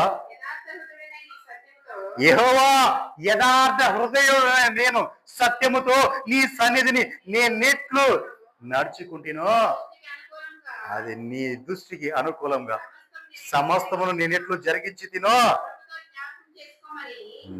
నీవు కృపతో జ్ఞాపకము చేసుకో. దేవునికి మహిమ కలుగుగా. ఇది పౌరుషం అంటే. రోషం అంటే ఇది. ప్రభువా, నీకోసం నేను ఎలా జీవించానో ఒకసారి జ్ఞాపకం చేసుకో, నీకోసం ఏ కార్యాలు చేసినా జ్ఞాపకం చేసుకో, నేను ఎలా జీవించా, యథార్థ హృదయంలో నీ సన్నిధిలో నేను ఎలా జీవించా. ఎంత ధైర్యం ఉండాలండి ఈ మాట, ఎంత రోషం కలిగి ఉన్నాడండి, ఎంత పౌరుషము కలిగి ఉన్నాడండి ఈ మాట చెప్పడానికి. పౌరుషం కావాలి. ప్రభా, నువ్వు చచ్చిపోతున్నావు, నీళ్ళు చక్కబెట్టుకో అని చెప్పి దేవుడు చెప్పాడు. చచ్చిపోతున్నావు, నువ్వు ఇల్లు చక్కబెట్టుకో. నీ చక్కబెట్టుకోమంటే ఏం చేశాడు? అసలు నేను చచ్చిపోవడానికి కారణం ఏంటి, నేను అప్పుడే చచ్చిపోవడానికి కారణం ఏంటయ్యా, నేను ఎలా ఉన్నా, ఏ దోషం చేసా, ఏ పాపం చేసా, ఏ తప్పు చేసా, అసలు నీ సన్నిధిలో నేను ఎలా ఉన్నా, నీ సన్నిధిలో నేను ఎలాగ నడుచుకున్నాను జ్ఞాపకం చేసుకో.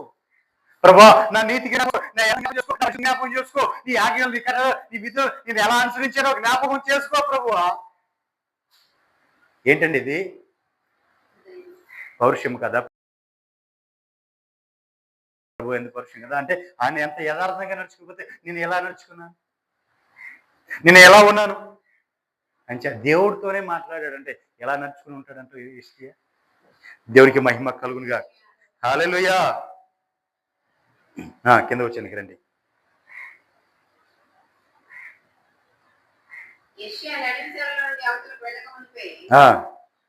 ఈ మాట అడిగిన చూడండి, ఒక్క మాట అడిగాడు, గోడ తట్టు తిరిగాడు, ప్రవక్త వచ్చాడు, చెప్పాడు నీళ్లు చక్కబెట్టుకొని చెప్పి వెళ్ళి గుమ్మం దాటి అవతలకి వెళ్ళాడో లేదు, ఏం చెప్తున్నాడు? గోడ తట్టు తిరిగి ఏడుస్తూ ఈ మాట చెప్పంగానే దేవుడు వెంటనే అక్కడికి వెళ్ళి ప్రవక్త మరిపడి మాట్లాడేస్తున్నాడు. ఏమని? నీవు తిరిగి నా ప్రజలకు అధిపతి అయిన హిజ్కియా వద్దకు పోయి అతనితో ఎట్లనము, నీ పితరుడైన దావీదునకు దేవుడు నగు యెహోవాను నేను సెలవిచ్చినదేమనగా, నీవు కన్నీళ్లు విడుచుట చూసి తిని నీ ప్రార్థన నేను అంగీకరించి ఉన్నాను. దేవుడికి మహిమ కలుగుగాక. చూడండి, ఒక్క ప్రార్థన చేశాడంతే, ఒక క్షణం మాత్రం చేశాడు ప్రార్థన. అంగీకరించబడిందా, అంగీకరించబడలేదా? నీ ప్రార్థన నేను, దేవుడు సాక్ష్యం ఇస్తున్నాడు ఏమని, నీ ప్రార్థన నేను అంగీకరించింది. ఇప్పుడు వచ్చే ప్రవక్త వచ్చాడు, చెప్పి గుమ్మం దాటుతున్నాడు అంతే. గుమ్మం దాటకముందే ప్రవక్త మరిపడి మాట్లాడుతుంది, దేవుడు వెళ్ళి ఈ మాట చెప్పు, వెనక్కి వెళ్ళి ఏమని, నువ్వు చచ్చిపోతావు అని చెప్పిన మాట నువ్వు వెళ్ళి చెప్పావు, నువ్వు వెళ్ళి నిన్ను బాగు చేస్తాను, నువ్వు 3వ రోజునే దేవుడి సన్నిధికి వెళ్తావు, ఇంకా 15 సంవత్సరాలు నీకు ఆశిస్తాను. దేవుడికి మహిమ కలుగునుగా. ఆల్రెడీ ఇక నువ్వు ఇల్లు చక్క పెట్టుకుని సమయం అయిపోయింది, నువ్వు చచ్చిపోతావు అని దేవుడే సెలవిచ్చినప్పుడు ఈయన ఒక చిన్న ప్రార్థన చేశాడంతే. ఆ చిన్న ప్రార్థన చేయగానే మరిపడి దేవుడే అంటున్నాడు, నీ ప్రార్థన నేను అంగీకరించాను, ఇదిగో నువ్వు వెళ్ళి ఈ మాట చెప్పు. ఏమని? నీవు 3వ రోజునే స్వస్థపరచబడి దేవుని సన్నిధిలో నిలబడతావు. దేవునికి మహిమ కలుగునుగా. హల్లెలూయా. అదే అండి యథార్థమైన నడవడిక. దేవునికి మహిమ కలుగునుగా. రోషము, పౌరుషం అది అలా ఉండాలి. ప్రభువా, ఎందుకు వచ్చింది ఈ శ్రమ, నా మీదకి ఎందుకు వచ్చింది ఈ శ్రమ, ఈ బాధ ఎందుకు వచ్చింది, ఇదిగో ఈ కష్టం నాకు ఎందుకు వచ్చింది, కారణం ఏంటి అని మనము దేవుని పౌరుషంతో అడగగలగాలి. అంటే మన క్రియలు, మన ప్రవర్తన కరెక్ట్గా ఉంటే అవి వస్తే దేవుడు ఏమంటాడు, ఇదిగో నిన్ను బాధ పెట్టడానికి, నిన్ను ఇంకా సానబెట్టడానికి, ఇంకా నలగొట్టడానికి నీకు శ్రమ పెట్టాను అని చెప్తాడు. లేదంటే నీ క్రియల మూలంగానే నీకు వచ్చినట్లు. దేవునికి మహిమ కలుగునుగా. హల్లెలూయా. ఆఖరిగా నేను ముగింపులు వచ్చాను. నేను 4వ మాట చెప్పబోతున్నాను. రెండో కొరింథీ పత్రిక 12వ అధ్యాయం 7వ వచనం నుంచి ధ్యానించుకుందాం. 2 కొరింథీ పత్రిక 12వ అధ్యాయం 7వ వచనం నుంచి ధ్యానించుకుందాం. చూడండి, ఇక్కడ అపోస్తులైన పౌలయ్య అంటున్నాడు, నాకు కలిగిన ప్రత్యక్షతలు విశేషముగా ఉన్నందున. చూడండి, ఆయన కలిగిన ప్రత్యక్షతలో 1, 2 కాదండి. ఎన్ని? ఆయన కలిగిన ప్రత్యక్షలో 1, 2 కాదు, బహు విశేషముగా ఉన్నాయి. ఈ నాకు కలిగిన ప్రత్యక్షాన్ని బహు విశేషంగా ఉన్నాయి కాబట్టి నేను వాటిని చూసుకుని అత్యధికంగా హెచ్చిపోకుండా వాటి నిమిత్తము నా శరీరములో ఒక ముళ్ళు నేను అత్యధికంగా హెచ్చింపిపోకుండా నిమిత్తము నన్ను నలగొట్టుటకు సాతాను యొక్క దూతను. దేవునికి మహిమ కలుగునుగా. ఎవరి యొక్క దూత? సాతాను యొక్క దూతనే ఈయన శరీరంలో ముళ్ళుగా ఉంచేశాడంట. ఎవరు? దేవుడు. ఎందుకని? ఈయన ఎక్కడ అత్యధికంగా హెచ్చిపోతాడు అని. ఏమని? ఇప్పటికే నేను క్రీస్తుని పోలి నడుచుకుంటా, మీరు నన్ను పోలి నడుచుకున్నాను. తర్వాత మాట ఏం మాట్లాడతాడు? దేవుడికి మహిమ కలుగునుగా. హల్లెలూయా. చూడ ప్రియులారా, ఎంతటి స్ట్రాంగ్, ఎంత బలముగానే ఉన్నాడో చూడండి. దేవునికి మహిమ కలుగునుగా. హల్లెలూయా. ఇప్పుడు ఆయన శరీరంలోనే ముళ్ళు ఉంది. పలుమార్లు అడిగాడు ప్రభు, ముమ్మారు అడిగాడు, ప్రభా ఈ ముళ్ళు నీ చిత్తమైతే నా తీసివేయ్యా, నేను దీన్ని తట్టుకోలేకపోతాను, నేను తీసివేయంటే నా కృప నీకు చాలు. వేరే మాటల్లో నా కృప నీకు చాలు అన్నాడు. దేవునికి మహిమ కలుగునుగా. అప్పుడు ఏమనుకున్నాడు ఈయన ఏమనుకున్నాడు? ఇది నేను భరించాలి అంటే ఏంటి? భరించడం అంటే ఏంటి? ఆయన యొక్క శ్రమను హెచ్చిపోకునే నిమిత్తం దాన్ని భరించాలి. దేవునికి మహిమ కలుగునుగా. ఎందుకంటే బహు విశేషమైన ఏమిచ్చాడు? ఆయనకి ప్రత్యక్షతలు ఇచ్చాడు. దేవునికి మహిమ కలుగునుగా. హల్లెలూయా. అందుకే ఆయన క్రీస్తు తర్వాత క్రీస్తు అని పిలువబడ్డాడు. దేవునికి మహిమ కలుగునుగా. ఎవరు? అపోస్తులైన పౌలయ్య. దేవునికి మహిమ కలుగునుగా. హల్లెలూయా. కింద వచ్చి రండి అమ్మా. అది నా యుద్ధ నుండి తొలగిపోవాలని దాని విషయమై 3 సార్లు నేను ప్రభువుని వేడుకున్నా.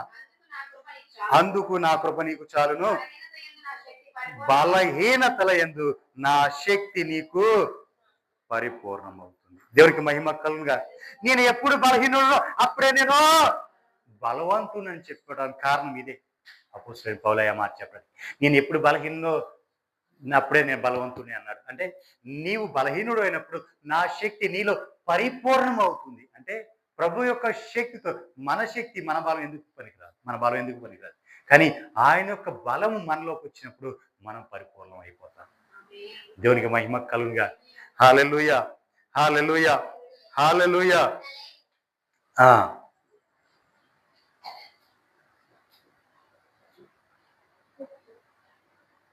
కింద వస్తే క్రీస్తు శక్తి నా మీద నిల్చుడు నిమిత్తము విశేషముగా నా బలహీనతల యందే బహు సంతోషం. దేని ఎందుకు సంతోషపడుతున్నాడంటండి? ఆయన యొక్క బలహీనతల యందు ఆయన సంతోషపడుతున్నాడంట. ఆయన బలహీనతల యందు ఆయన సంతోషపడుతుంది. ఎందుకని? క్రీస్తు యొక్క శక్తి ఆయన మీద నిలిచి ఉంటుంది కాబట్టి. దేవునికి మహిమ కలుగునుగా. నేను ఎప్పుడు బలహీనుడు అప్పుడే బలవంతుడు. కనుక క్రీస్తు నిమిత్తం నాకు కలిగిన బలహీనతల్లోనూ, నిందల్లోనూ, ఇబ్బందుల్లోనూ, హింసల్లోనూ, ఉపద్రవంలో నేను సంతోషించుచున్నాను. హల్లెలూయా. క్రీస్తు నిమిత్తం నాకు కలిగిన వాటి అన్నింటిలో కూడా నేను సంతోషిస్తున్నాను. దేవునికి మహిమ కలుగునుగా. హల్లెలూయా. ఏమేమి కలిగినానికి? క్రీస్తు నిమిత్తం కలిగినవి బలహీనతలను, నిందలను, ఇబ్బందులను, హింసలను, ఉపద్రవములు, ఇవన్నీ కలిగి. ఇంకా ఆయన గురించి చెప్పాలంటే చాలా ఉన్నాయి. ఆయన కలిగినవన్నీ కూడా నష్టాలు, ఆయన అనుభవించిన శ్రమలను చాలా ఉన్నాయి. కానీ ఇవన్నిటిలో కూడా ఆయన ఏమంటున్నాడంట? బహు సంతోషంగా ఉన్నాడంట. దేవునికి మహిమ కలుగునుగా. ఎందుకు అంత సంతోషంగా ఉన్నావు పౌలయ్య అంటే ఆయన అంటాడు కదా, క్రీస్తు శక్తి నాలో నిలిచి ఉన్నందున. హల్లెలూయా, హల్లెలూయా, హల్లెలూయా. ప్రియులారా చూడండి, ఒకటి మెలకుగా ఉండి, రెండోది విశ్వాసమందు నిలకడగా ఉండి, మూడోది పౌరుషము గలవారై ఉండి, నాలుగోది బలవంతులై ఉండి. దేవునికి మహిమ కలుగునుగా. హల్లెలూయా. మనం ప్రభు రాకడకు సిద్ధపడదుముగాక. ఆయన రాకడకు మనం సిద్ధపడదుముగాక. అన్నిటి యందు మన బలవంతులు అయిందుముగాక. అన్నిటి యందు మనం విశ్వాసము కలిగి ఉందముగాక. అన్నిటి యందు మెలకువ కలిగి ఉందముగాక. అట్టి కృప పరిశుద్ధాత్మ దేవుడు మనకు అనుగ్రహించునుగాక. మీ అందరికీ నా ప్రేమపూర్వక వందనాలు. అందరికీ వందనాలు. మరి ప్రార్థనలోకి వెళ్తున్నాం కాబట్టి, మరి ప్రియులారా లైవ్లో చూసిన నా ప్రభు యొక్క అమూల్యమైన సుత్తైన ప్రజలారా, మీ అందరికీ నా ప్రేమపూర్వక వందనాలు. మమ్మల్ని మా పరిచయం ఎంతగానో ఆదరిస్తున్నారు, ఎంతగానో ప్రేమిస్తున్నారు. అట్లాగే ఇంకను అనేకులు తెలియచేయండి. అనేక కార్యములు నా ప్రభు జరిపిస్తుంది. అనేకులకు సాక్షులుగా మీరు నిలబడతారు. దేవునికి మహిమ కలుగునుగా. హల్లెలూయా. మీ అందరికీ నా ప్రేమపూర్వక వందనాలు.